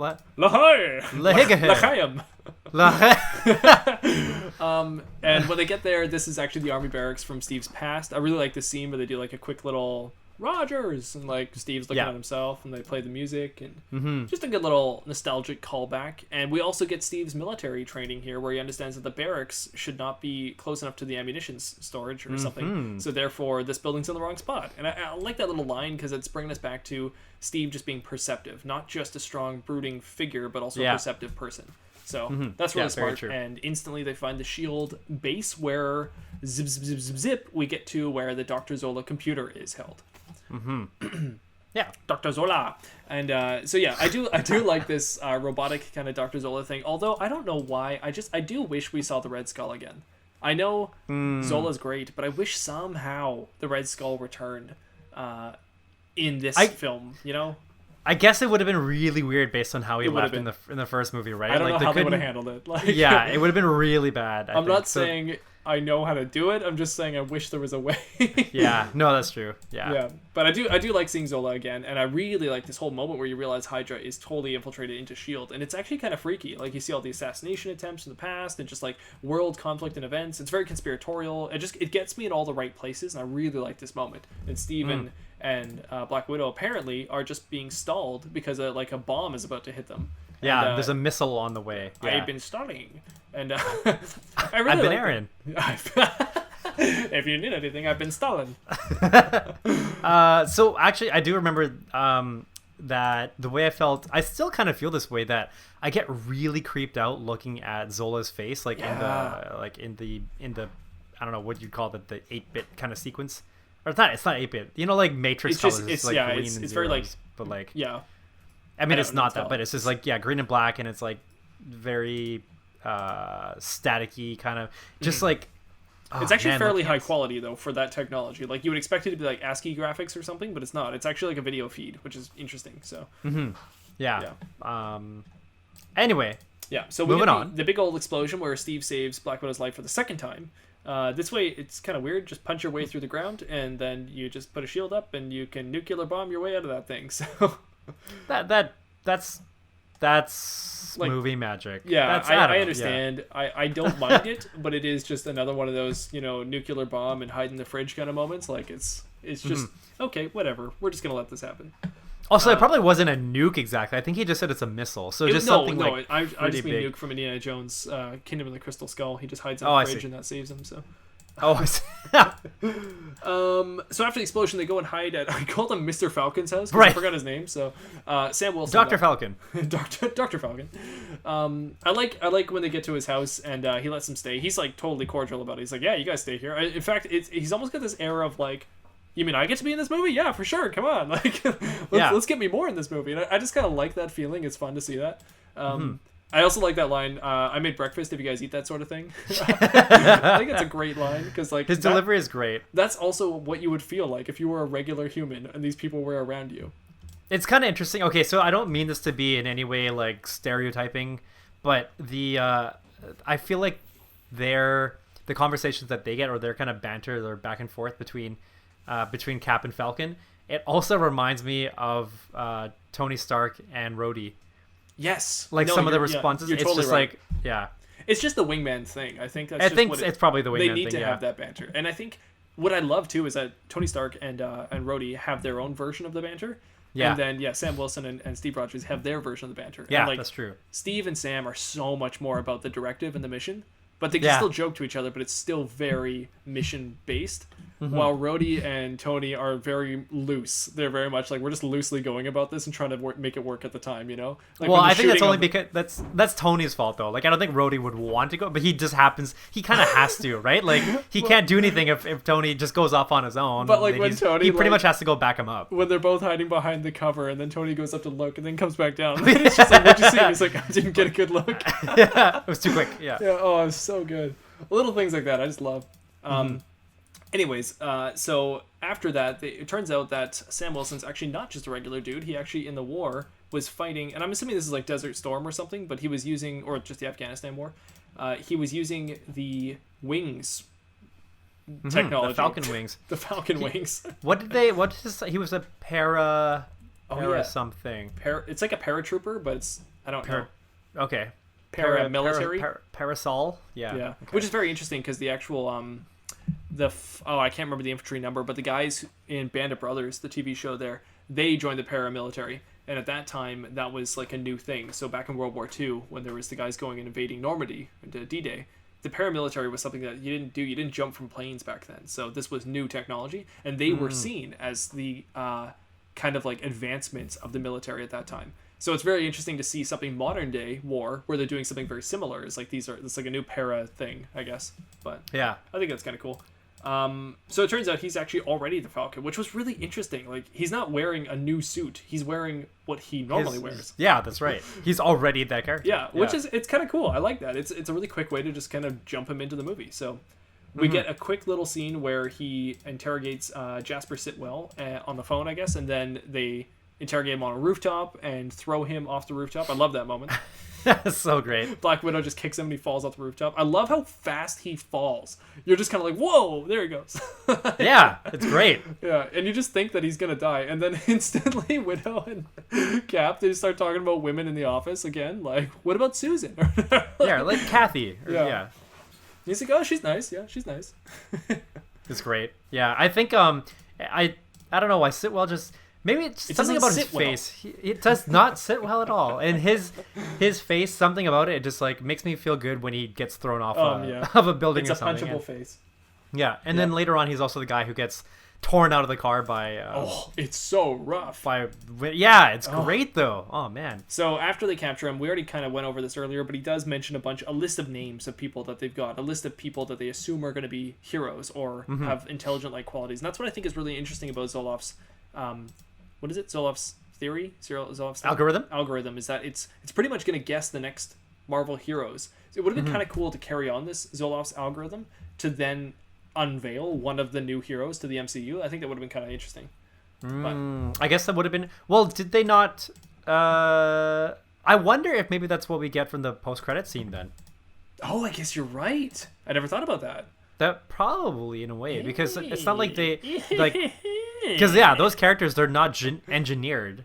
Like, if the MCU follows, like, the traditional mutant genetic factor, then that means that it's biological. So they were already going to become those people with those powers. That's true. So... this guy speaks the truth. That's right. Thank you. After that, we get the highway chase scene, the famous highway chase scene, probably one of the most important action scenes of the whole movie. Or I should say most notable ones of the whole movie. It's quite big and a lot of stuff happens, but it does start off with, like you said, Sitwell getting ripped out of the car from the Winter Soldier. I think that's really fun. I really like this scene where the car is almost a character in itself. There's a lot of different things that are happening. The Winter Soldier stabs through the roof of the car. Black Widow has to move to the front seat of the car, you know. They already lost a guy from it. Then, as he's going and trying to stab it, they lose the steering wheel to the car, so the car's still going. They're being chased by a bunch of cars. The Winter Soldier's on top of the car, and they don't have a steering wheel. And then it comes down to, can everybody pile onto one door of the car? Yeah. So the car gets pulled up, and they just launch down on the door of it, and they just slide across the highway on the door of a car, which, just as a little bit of trivia, those actors actually did that on the car door. So that was a real thing. And they had to do it at a slower pace, but they are sliding on a real car door at that moment. So really? Yeah. Wow. But just crazy. That's one small part of the whole highway action sequence. But that one part alone is just already so much fun. I loved it. Yeah. And so one thing that I really liked about this whole fight scene, I mean, there's a couple of different bouts of fight scenes because there's... it kind of breaks into sections, but yeah. Yeah, so like Bucky versus Black Widow, Bucky versus Cap, and then a little bit of Bucky and Falcon. Yeah. So it's just Bucky versus the world. Yeah. So with these scenes, though, I find that they make really good use of silence. You know, like with a big fight scene, it's they want to complement the fighting with music, something action that music, sounds very action packed and gives that intensity. But this one, it's very silent. It's raw. So, it's very raw. yeah, and so like there's the moment where Bucky is trying to listen out for where Black Widow is so that he can toss that little like grenade across the ground. And then it's all about like who gets the jump on whom, which obviously you need silence for, right? It's less about like using the music to give you that anticipation, but more about like what is it that is right in front of you, like what can you perceive from what you see. And then after that, like we have the fight scene with Bucky and Cap where they do the whole like knife choreography where he's like has it one hand, drops to the other, and tries to. He does like, the Arya Stark. He just kind of drops the knife and catches it with the other hand. But it's so much better though. It's so much better. And I like. I think they just did a good job with the sound effects too. Yes. Like it's not too overdone. They're not too like exaggerated sounds. They're just enough to get the feel like, oh man, like they're swift movements because they both have to be very, very smart with their movements overall, right? Like somebody has to win, and in order to do that, you can't make a mistake, sort of thing. So I found that the sound effects did a good job portraying that. And oh man, I really love this whole action sequence just from beginning to end. It's so great. Notable moments that I really enjoy about this are when Cap goes flying, he gets hit and goes flying, and then it goes into the corner of a bus. It's so good the way they do it. Like, it's not like he hits it dead on or on the side, something that might be easier for the set piece. He actually just smacks through the corner of the thing. And I was like, that must have been so hard to, like, set that up. Yeah, and capture that. Like, I don't know, but it's so fun watching it, though. You're like, yes, he just slams through it. There's also when Black Widow, it's a subtle thing, but when she throws on her like EMP grenade thing onto the arm of Winter Soldier, and his arm malfunctions and kind of like goes limp. It's so good because it's like a small thing, but she's very tactical and it works very well. She's also terrified in the moment. The acting's really good. She's terrified and running away, and you can tell she's terrified, and then she gets shot, and it's like she knows that even though she disabled him, she's still in so much danger, and she just knows it immediately. It's just a subtlety, but really well done. Definitely. There's also a moment where he does this weird kind of like karate chop with a knife, and he karate chops into a car next to somebody and then slides along the car. That's when with Bucky and Cap. Yes, and that's such a good little slide. As a he uses the extra pressure or something that he can get from his metal arm in order to like get that extra strength. I don't know. Oh, so it's cool. But you can see the slice through the car as he's like going. Oh, it's really interesting. Good moments, and then obviously the big face reveal where Cap gets to see that this is Bucky. Bucky? Yeah. Who the hell's Bucky or something? What does he say? Who's that? I don't know. I actually don't really like Bucky's lines in this movie. I understand that he's like totally blah. He's like zombie. I almost think it would have been better if he didn't talk the whole movie. I think it would have been better if he had 0 lines. Now it's because he's doing so much more with his face, and he's doing so much more with just his physical presence, that I don't think he needs the lines to portray what he's saying. When he goes, who's that? It just kind of sounds like the script trying to push it onto you, which is actually why you won't see like Bucky quotes in our quotes in this episode, because there's not really much he says that's all that great. I think I see what you mean. I think it would have been better if he had, well, obviously, like, it's always better to have better lines. I wouldn't say that it would be good if he didn't have any lines at all. I feel like it's good for him to have some of the lines that he gets later on when he's questioning, like he's talking about he has these memories, and like I know him or blah blah blah. Like especially when he's talking to the villains, I think that's actually fine. Yeah, you're right. Yeah. So, I mean, at least like having those lines, it also that emphasizes the idea, like that theme of the whole self-identity. Like he's going through that struggle, right? And I think you need to have the dialogue for him to do that. So, but yeah, I agree that the lines he has here, like the kind of just like response lines to Cap, they're just like it feels kind of TV. Terminator. I don't know why, but it feels like a TV show or something. It's like so that the audience can catch up a little bit. I don't know, but it seems weird. Yeah. So I don't like that. But then the fight ends, and we get the capture of Captain America and Black Widow and Captain Falcon. They didn't make it, unfortunately. So I just called them Captain Falcon, but I'm going to go with it. They get captured and they get put into the car. And this was an interesting scene because I didn't remember where this was going at all. I was like, oh, they're captured. What's going to happen next? And then, boom, Maria Hill, out of nowhere, is one of the guards. And she's got, one of Nick Fury's best tricks, which is hiding the hole that goes through the road. Yep. She's another James Bond. She's the next Bond. I don't know how that technology works. Did they cut a hole in the car and then just jump out onto a moving road and no one noticed? Or did they cut a hole into the car and the road below them so that they went to the sewer again? I assume they must have stopped like on the road, like on the way when the car was moving, because otherwise like the cars behind them also would have noticed too. Yeah, or like in the back mirror you would have seen like rolling objects. Like there would have been 4 of them that would have had to have left. Like I don't know, it seems kind of strange. So I'm not sure which one it was. They go to this is the middle car. I don't know. They were in the middle truck, and then they're gone. So actually nothing makes sense. But oh well. Yep. Anyways, that's the end of my act 2. Is right there. That is the end of my act 2 as well? No way, we had the same act structure. See, it's going right back to the classic Marvel films. Good 3-act structures. I guess it is. Yeah. Yes. We used to be so good at this, and that's why, because the movies had clear 3-act structures. So yeah. Anyway, so my act 3, I've got a name here. It's a shield for Hydra. Nice. Mine is The Courage Not To. Ooh. So what's the line? It's Pierce and Fury.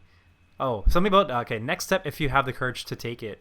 And then so it's Pierce talking to Fury, saying like I guess trying to promote the whole idea of like building this weaponry so that they can stop things before they happen. And so telling Fury like he thought Fury had the courage to take the next steps basically, and then Fury's response was, no, I have the courage not to. So he's standing for what he always has stood for. And he's got good lines in this movie. Mm-hmm. We have to assume everybody aboard those carriers is Hydra. We have to get past them, insert these server blades, and maybe, just maybe, we can salvage what's left. We're not salvaging anything. We're not just taking down the carriers, Nick. We're taking down S.H.I.E.L.D. S.H.I.E.L.D. has nothing to do with this. You gave me this mission. This is how it ends. S.H.I.E.L.D's been compromised. You said so yourself. Hydra grew right under your nose and nobody noticed. Why do you think we're meeting in this cave? I noticed. How many paid the price before you did? Look, I didn't know about Barnes. Even if you had, would you have told me? Or would you have compartmentalized that too? S.H.I.E.L.D., Hydra, it all goes. Well, it looks like you're giving the orders now, Captain. Actually, I think he says Cap, not Captain, but whatever. Let's see. Good moment, though. It is an important moment. In the theater, I thought that meant Cap was going to be the new Nick Fury.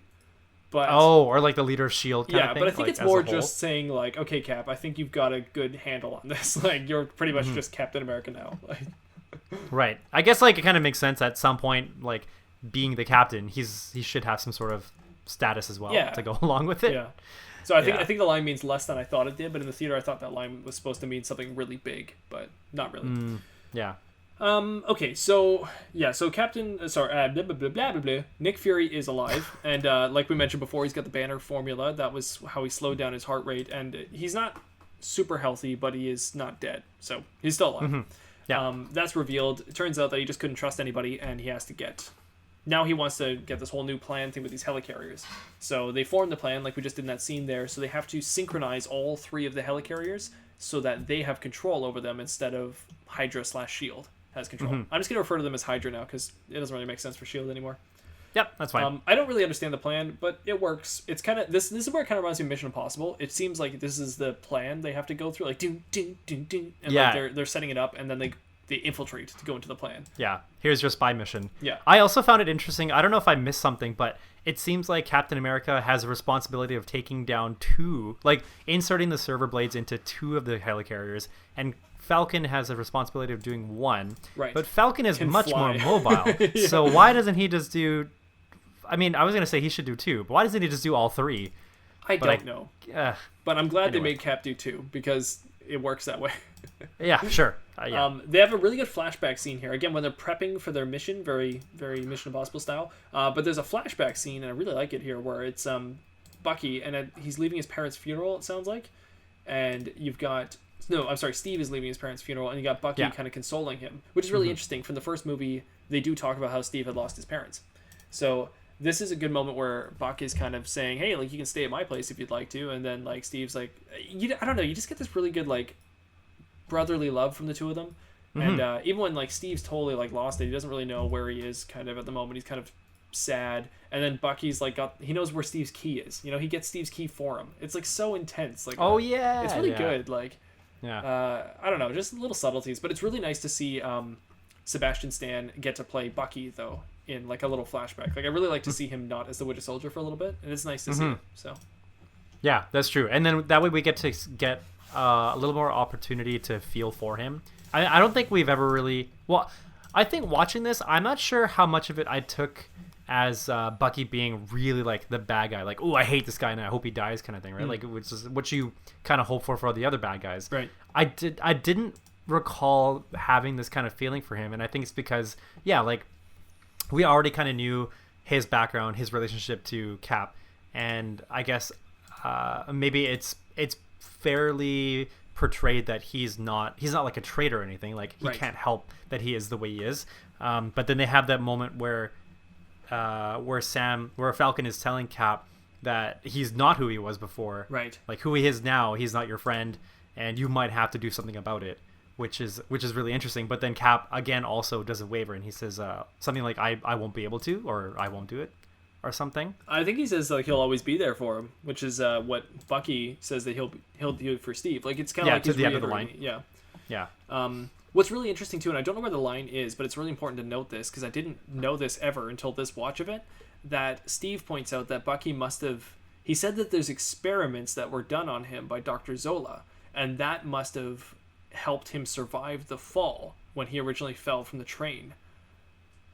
It's a really quick line. You mean... Oh, that's right. And I found that really interesting, because that was one of my big burning questions from the Captain America movie, is after Bucky gets captured and Steve goes and saves him, it seems like Bucky had been experimented on, but they don't really ever talk about this again, and it seems really weird. Like, Bucky just seems kind of out of it, but you don't really understand why. This movie finally explains it, but it's in such a weird throwaway line that you almost don't even understand what happened. So I just got it this time, but it seems like Bucky was experimented on, and so he's obviously somewhat stronger than he should be because of Zola's experiments.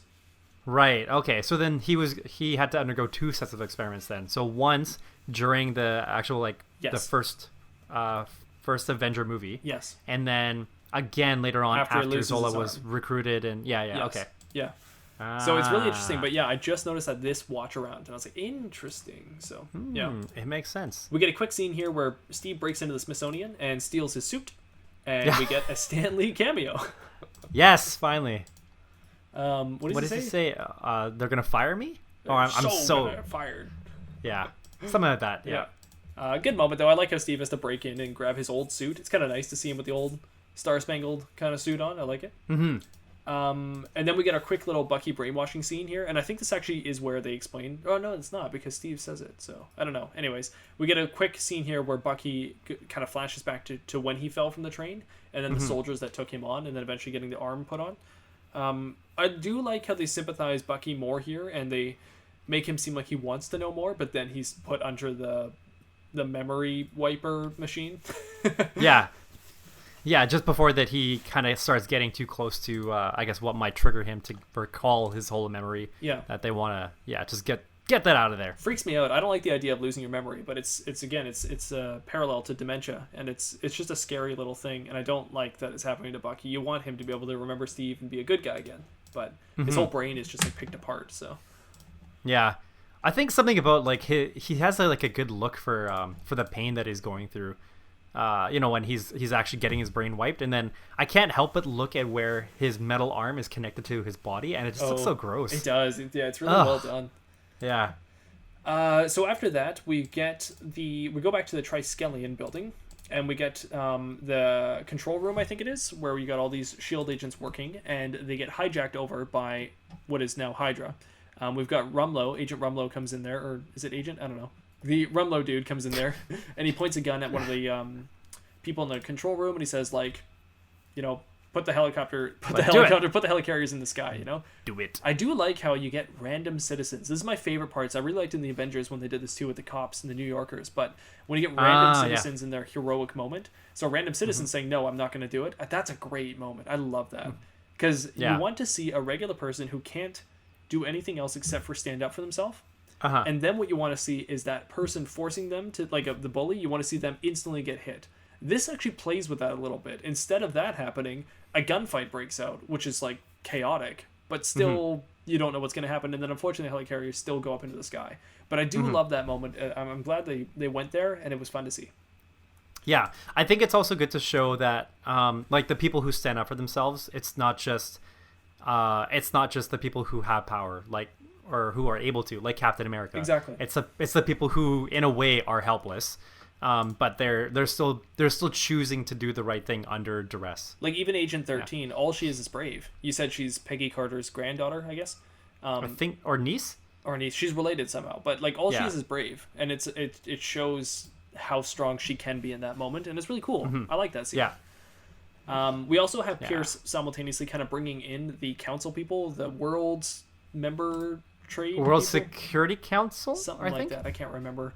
Yeah. They're not that important in the whole thing, so they're only really in this movie, then they kind of fall off the face of the earth. But he's pulling them all into the building, showing them the tour of everything, I guess. We didn't even mention the operation name. I can't remember what it is, though.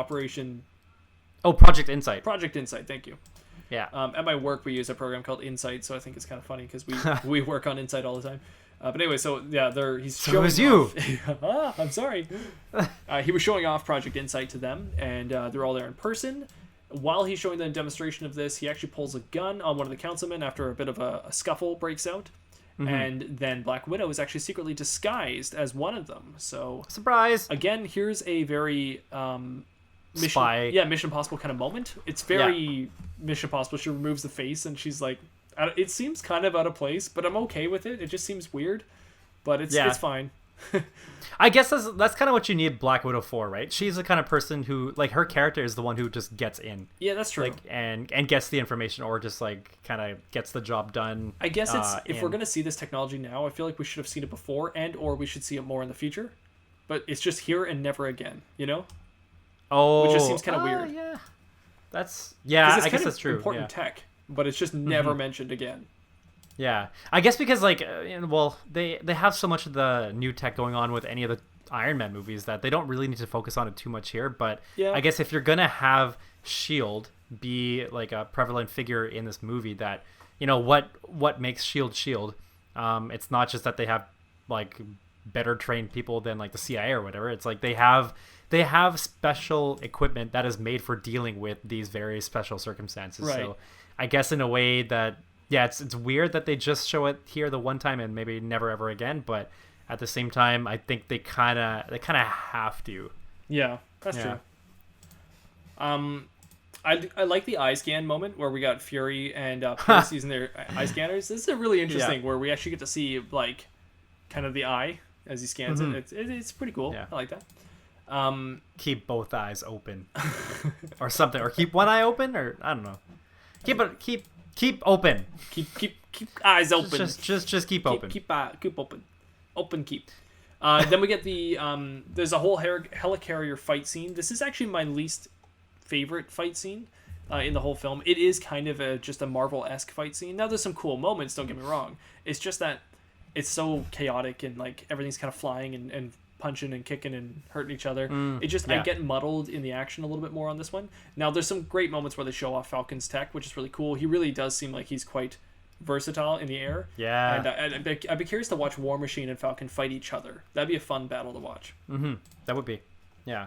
It would be about like I mean it's kind of, it would be different to see like their different I guess like tactile nature, only because they, so like I think when Falcon said he was doing it, it was more of like a defensive thing, like it was to rescue people, right? But Rhodey is a pilot, right? Like That's he's a fighter pilot, so their approach would be completely different. But anyway, different topic. With the helicarrier scene though, we get eventually to Bucky and Cap fighting in the helicarrier, and this is the last helicarrier where Cap has to put in the USB stick. Oh man, each time he gets shot, I feel it. Just crazy. I know. Their fight though it's pretty fun. I love seeing these two on screen, and just watching them fight is obviously just entertaining. But what they do here is really important. They make it more about the emotion than they do the actual fighting, and the lines get really good, and just the emotion is really strong here. I love the "you know me" kind of line that he's saying to Bucky there. And it just gets really high stakes. While this is happening, we've also got a bunch of stuff going on in the spy world with Black Widow. So everybody in the World Council people, Security Council they'll get killed. Yeah. Do they though? It's hard to tell. I think they're killed. Like it's some kind of weird like burning into their body. Yeah, or something 2-inch hole in their body or in their sternum, but it doesn't look like it's their sternum. I don't know. I don't know. But Pierce just does like it clicks a button, they all die. He pierces them. He pierces them. You just got pierced. That's his new slogan. You've been pierced by the Pierce Man. I do like how they take him down. This is kind of smart. Black Widow uses her EMP thing to kind of stop her from being able to be killed. Yeah. And in that moment, Pierce is shocked, confused, and that's where Nick Fury shoots him. Very smart. Yeah. Shoots him twice, just like how he shot Renata twice. Oh. His housemaid. Renata. Oh, Renata. Housekeeping. I wish she would have knocked first. And then Nick Fury kept both eyes open, you know? That's the secret. Yeah, okay, there's something interesting about what he said a little bit earlier, that last time he trusted somebody, he lost an eye. Last time I trusted someone, I lost an eye. We find out in Captain Marvel that it's the Flurg. Is that what it's called? The cat? It's a Flurg or a Flurgon? I honestly never saw that scene. I never got that far in Captain Marvel, so... Oh, okay. We will eventually, but I actually don't know. You'll be forced into it. Okay, we'll talk about it then. Okay. Last time, so it was a cat. If it was a cat, then that's awful. It's like an alien cat. It's like a cat octopus monster thing. You'll see. Okay. You'll see. Yeah. All right. So then we also have Falcon fighting Rumlow, which is just another kind of fight scene. I just kind of disregarded this one a little bit. But they're kind of fighting in the office building, which then starts to get destroyed. And as it gets destroyed, we get a really interesting moment where Falcon leaps from a building. Oh, yeah. He's pretty much 41st like, floor. Yeah, catch me. Yeah. And I feel like I've seen this exact same scene in a few other movies. One of them, and probably like a Mission Impossible movie. Well, one of them notably being Expendables. I believe it's Expendables 2, where like one guy literally leaps from a building and they catch him in the helicopter. And they do the same joke where they're like, "Oh, I'm on like the 3rd floor," and then they're trying, or probably more like 30th, but then they're like trying to count. I'm on the 3rd floor. Catch me. Plummets. But no, then they're trying to like count the floors, kind of thing. So it's like the exact same joke. It's very strange. Oh, that's right. But also, right. just like that movie, they do a weird thing where they turn the helicopter sideways to catch him. Yeah. Like, well, did you want him to go through the propeller? I'm not a helicopter pilot, but that's not how helicopters work. Like, well, a shield if helicopter you turn a helicopter does. Sideways, it doesn't magically just stay suspended that way. Like, that's not what they do. I guess shield helicopters have multiple control sticks. If you turn it sideways, it's going to spin out. Like, it doesn't do that. Anyways, they do the same thing in Jumanji, so that should show you how realistic this is. But they do the same thing in the Jumanji movie where they turn the helicopter sideways. So in the new Jumanji movie? No, I believe it's it's one of the newer ones. Yeah. Oh, okay. But they turn it sideways to catch a guy when he's falling. So it's whatever.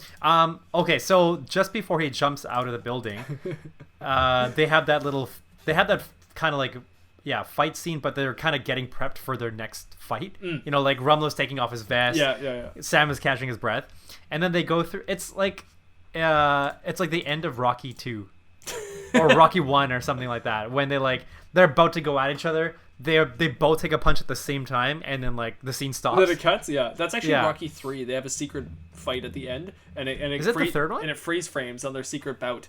And it freeze frames and goes to credits. He's the eye of the tiger. And the credits come up. That's the third one? Okay.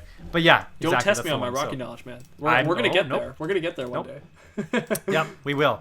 You're right, though. It's kind of weird. There? But even they knew that they didn't really want to show that fight scene, so they cut away. Mm-hmm. So we've also got Cap. We go back to Cap and Bucky, and Cap does the whole refusing to fight and gets punched a bunch from Bucky. It's really the courage not to. Yes. Ooh, yeah. Yeah. I got it.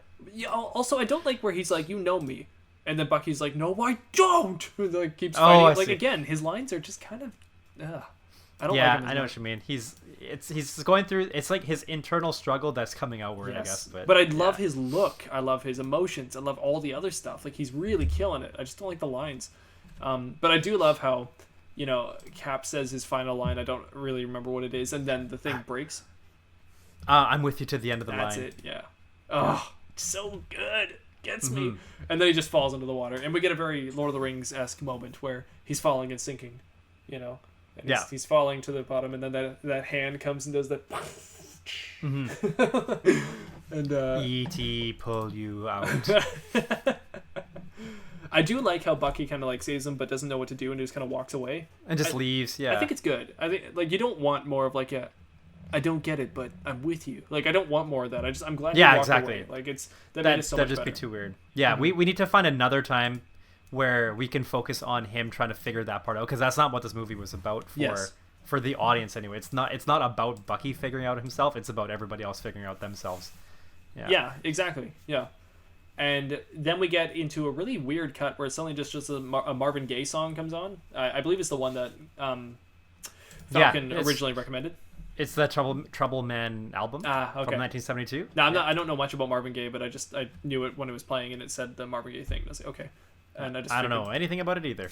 Just that I was curious, like, are the Russo brothers telling us to maybe listen to this album to get a better feel for what they're trying to tell us in this movie? I don't know.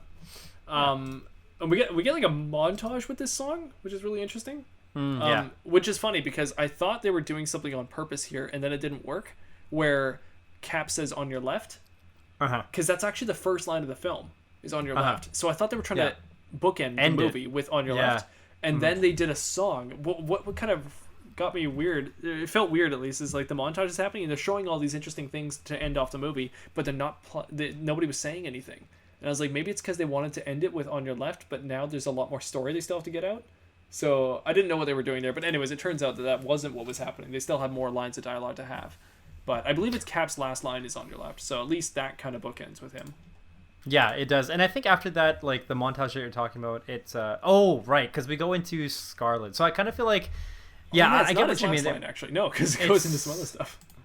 It might be Cap's. Oh, it's not Cap's last line. No, he talks to some people later. So I guess it's just it's almost like they want to wrap up like in different phases, if you will. That's a good point. Yeah. That was so. Well, no, that's not true actually either. I mean, okay, because the thing is, like, he's in the hospital, right? So if we end with Cap in the hospital, it's almost like we're not necessarily getting a wrap on things. True. So I guess they need to do that first, and then later on we can get on with some more things that are still relevant to the story, but moving forward, I guess. I should point out too that I guess this is the second Captain America film where he's in a helicarrier at the end. He's in some kind of like flying ship and going with the crashing ship. Like it's not exactly like the first, but it's also pretty similar, which is interesting. I see. Yeah. Anyways, in the montage we get Black Widow at a congressional hearing where they know her past now. She's got red in her ledger and they all know it. And so she has to go and kind of start a whole new life. She's also like sorry not sorry, which is really interesting. She doesn't really care. Yeah, exactly. She's just like, well, you need me, so too bad. Exactly. Just kind of walks away. I was like, ooh, what a good setup for Civil War. Like, it's really interesting how they do that. Because Cap will really disagree with that. For sure. We also have that Rumlow is alive and Crossbones is in the making, which is kind of interesting. That's right. Watch me be totally wrong, and his name actually isn't Crossbones. I feel like it is, but I could be wrong there. Maybe it's not. No, it's Crossbones for Okay, sure. good. We also get the Fury is dead kind of moment where Fury's at his grave and he's like, "This is how it is. I'm dead now. No one knows I'm alive." Mm-hmm. And I think it's kind of interesting. But we also get a few other things here. Black Widow she gives Cap like the thing for Bucky. She gives him like a dossier, I guess, on Bucky, and then says like, you might not want to go or pull that string or whatever. You might not want to pull that thread because it could bring up some bad past. And obviously her past. First thing Captain America does is open it, so he obviously doesn't care. Yeah. And when he opens it, then I like this moment with Falcon where he kind of instantly knows exactly what Cap's thinking. And he's just he's like, I don't know, do you want to go down this kind of thing? And Cap's like, going, gotta. And then he's like, all right, when do we start? And it's just a great moment. I love the camaraderie there. I love that Falcon he's not like mad that Captain's got a different wingman. He's just like, let's just do this. Like, what's the mission? Let's get on with it. And I love that moment.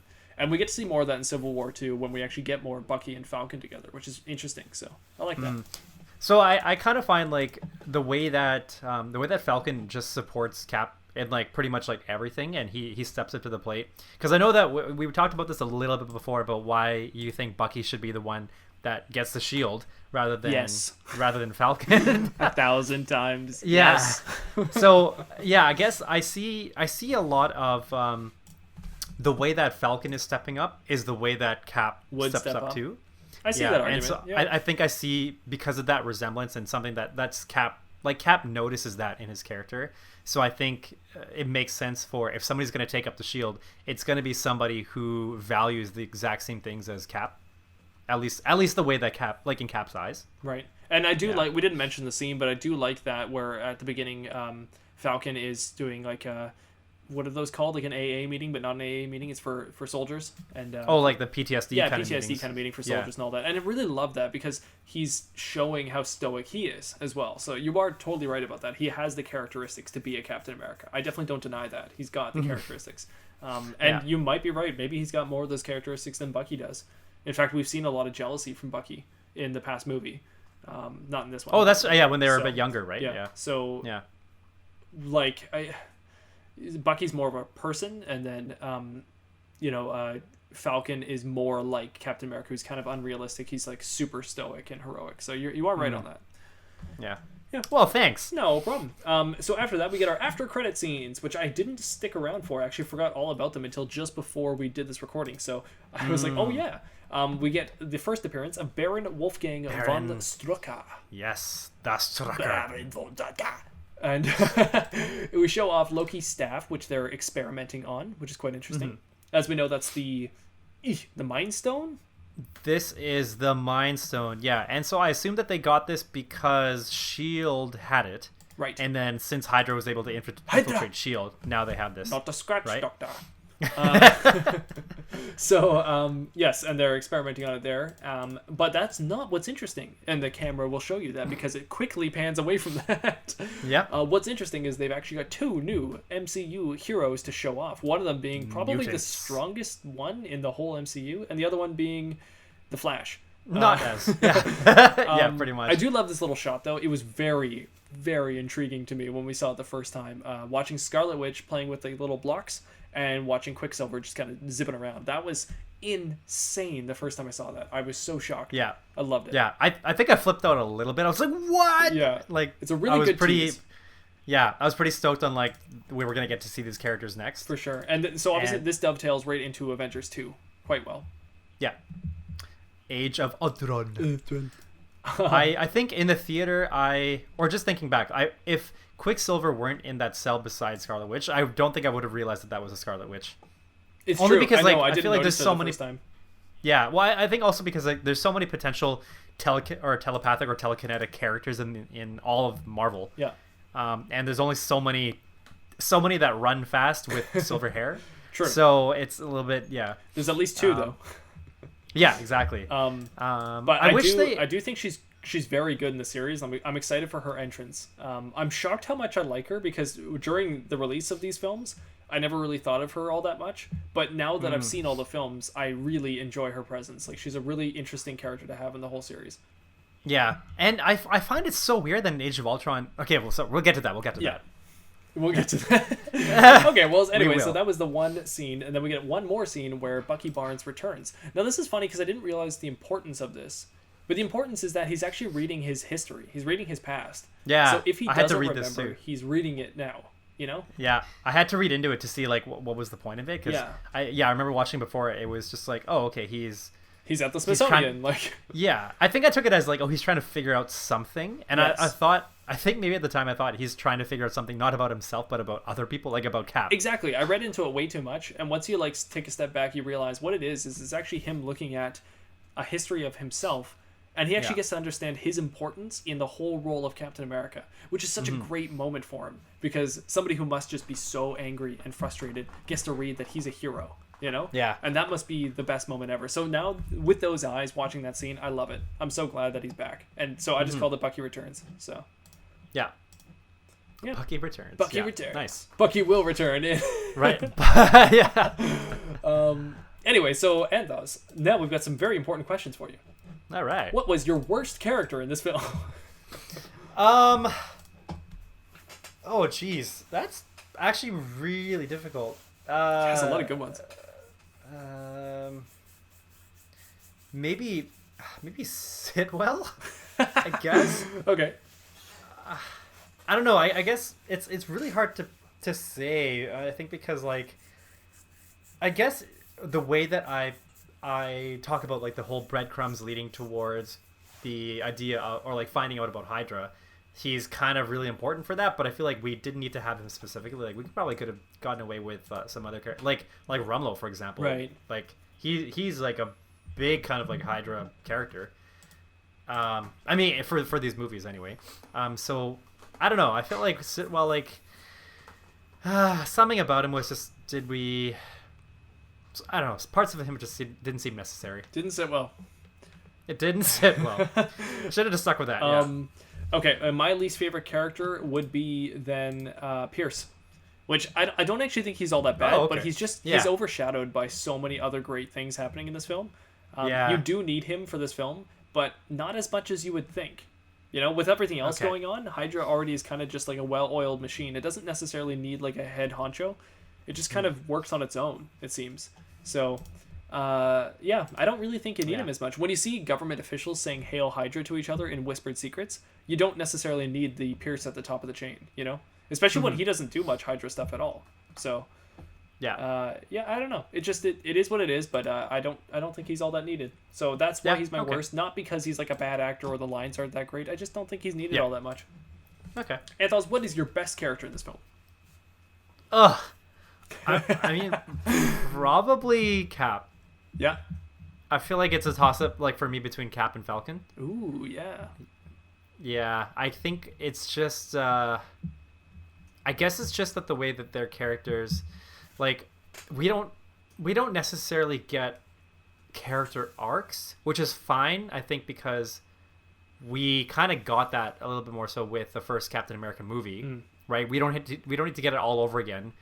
In the same way that we got like the Iron Man movies, because maybe that's what was taking away from Iron Man 2 and Iron Man 3 is that like there's another thing that he's got to kind of overcome. Right. This one, it wasn't so much about Cap overcoming, but just trying to, like you said, it's like a spy movie because he's trying to figure out like what the heck is going on, right? Yeah. So it's not that his character has to develop. His character has to continue to be the best character that he is in order to figure out the rest. So, and I feel like I think his character really, like, it sticks to that conviction very well. Right. Well, I honestly think the 4 core characters are all, like, really good. I could see myself saying all 4 of them. Like, Nick Fury's great in this. Black Widow is actually really good in this. Captain America and Falcon. At the top would have to be Cap. But since you said Cap, I'll take Falcon as the best. Okay. But, I mean, if I have to put one down, I'll just say Falcon. But, you know, honestly, like, everyone's good. Everyone's really good in this film, but Falcon's very good as well. And I this is the first movie where you see him in, and you feel like he's an old friend right from the get-go. Right from the first scene, you already feel like you know him. It's really good. Yeah. Okay, which question do we want to ask? So I like, so sometimes when I'm on the seawall, like go from my bike ride or like rollerblading around, I'll pass somebody, because like, I think it's common courtesy to pass them on their left. Oh, yeah. So I usually say on your left. Yeah. And every time I say it, I think of the movie. Think of that movie on your left. So Yeah, and I actually have a Captain America shield backpack. Oh, nice. So sometimes I actually like I'll wear it and then I say on your left and then like nice. I mean it's more for me. I don't know if the person that I pass by realizes. I'm sure somebody has. Maybe. I'm sure someone has. Anyway. Which one of these should we ask? Let's go with the second one. Okay. All right, so how does this movie rate as a piece of a bigger picture, like how comic books are pieces of arcs? So I think this does a really good job, actually. So I was thinking back to how you said with Falcon. He was already Falcon. Yes. We didn't have to, like, all of a sudden get this new origin. Yeah. He's just an existing character. And I feel like sometimes that... I get that in comics where... somebody comes in, you don't know who they are, and they're kind of reintroducing them in the comic. Yeah, and then but they happen to already be somebody established. We just don't know about it, right? Yeah.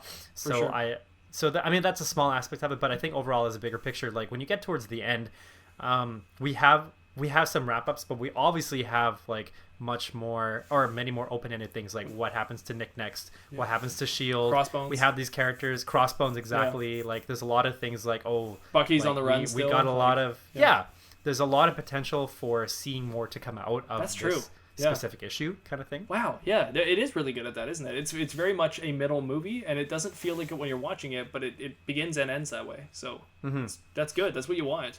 It's part of a larger puzzle, right? So, oh, yeah. No, I agree. You're right.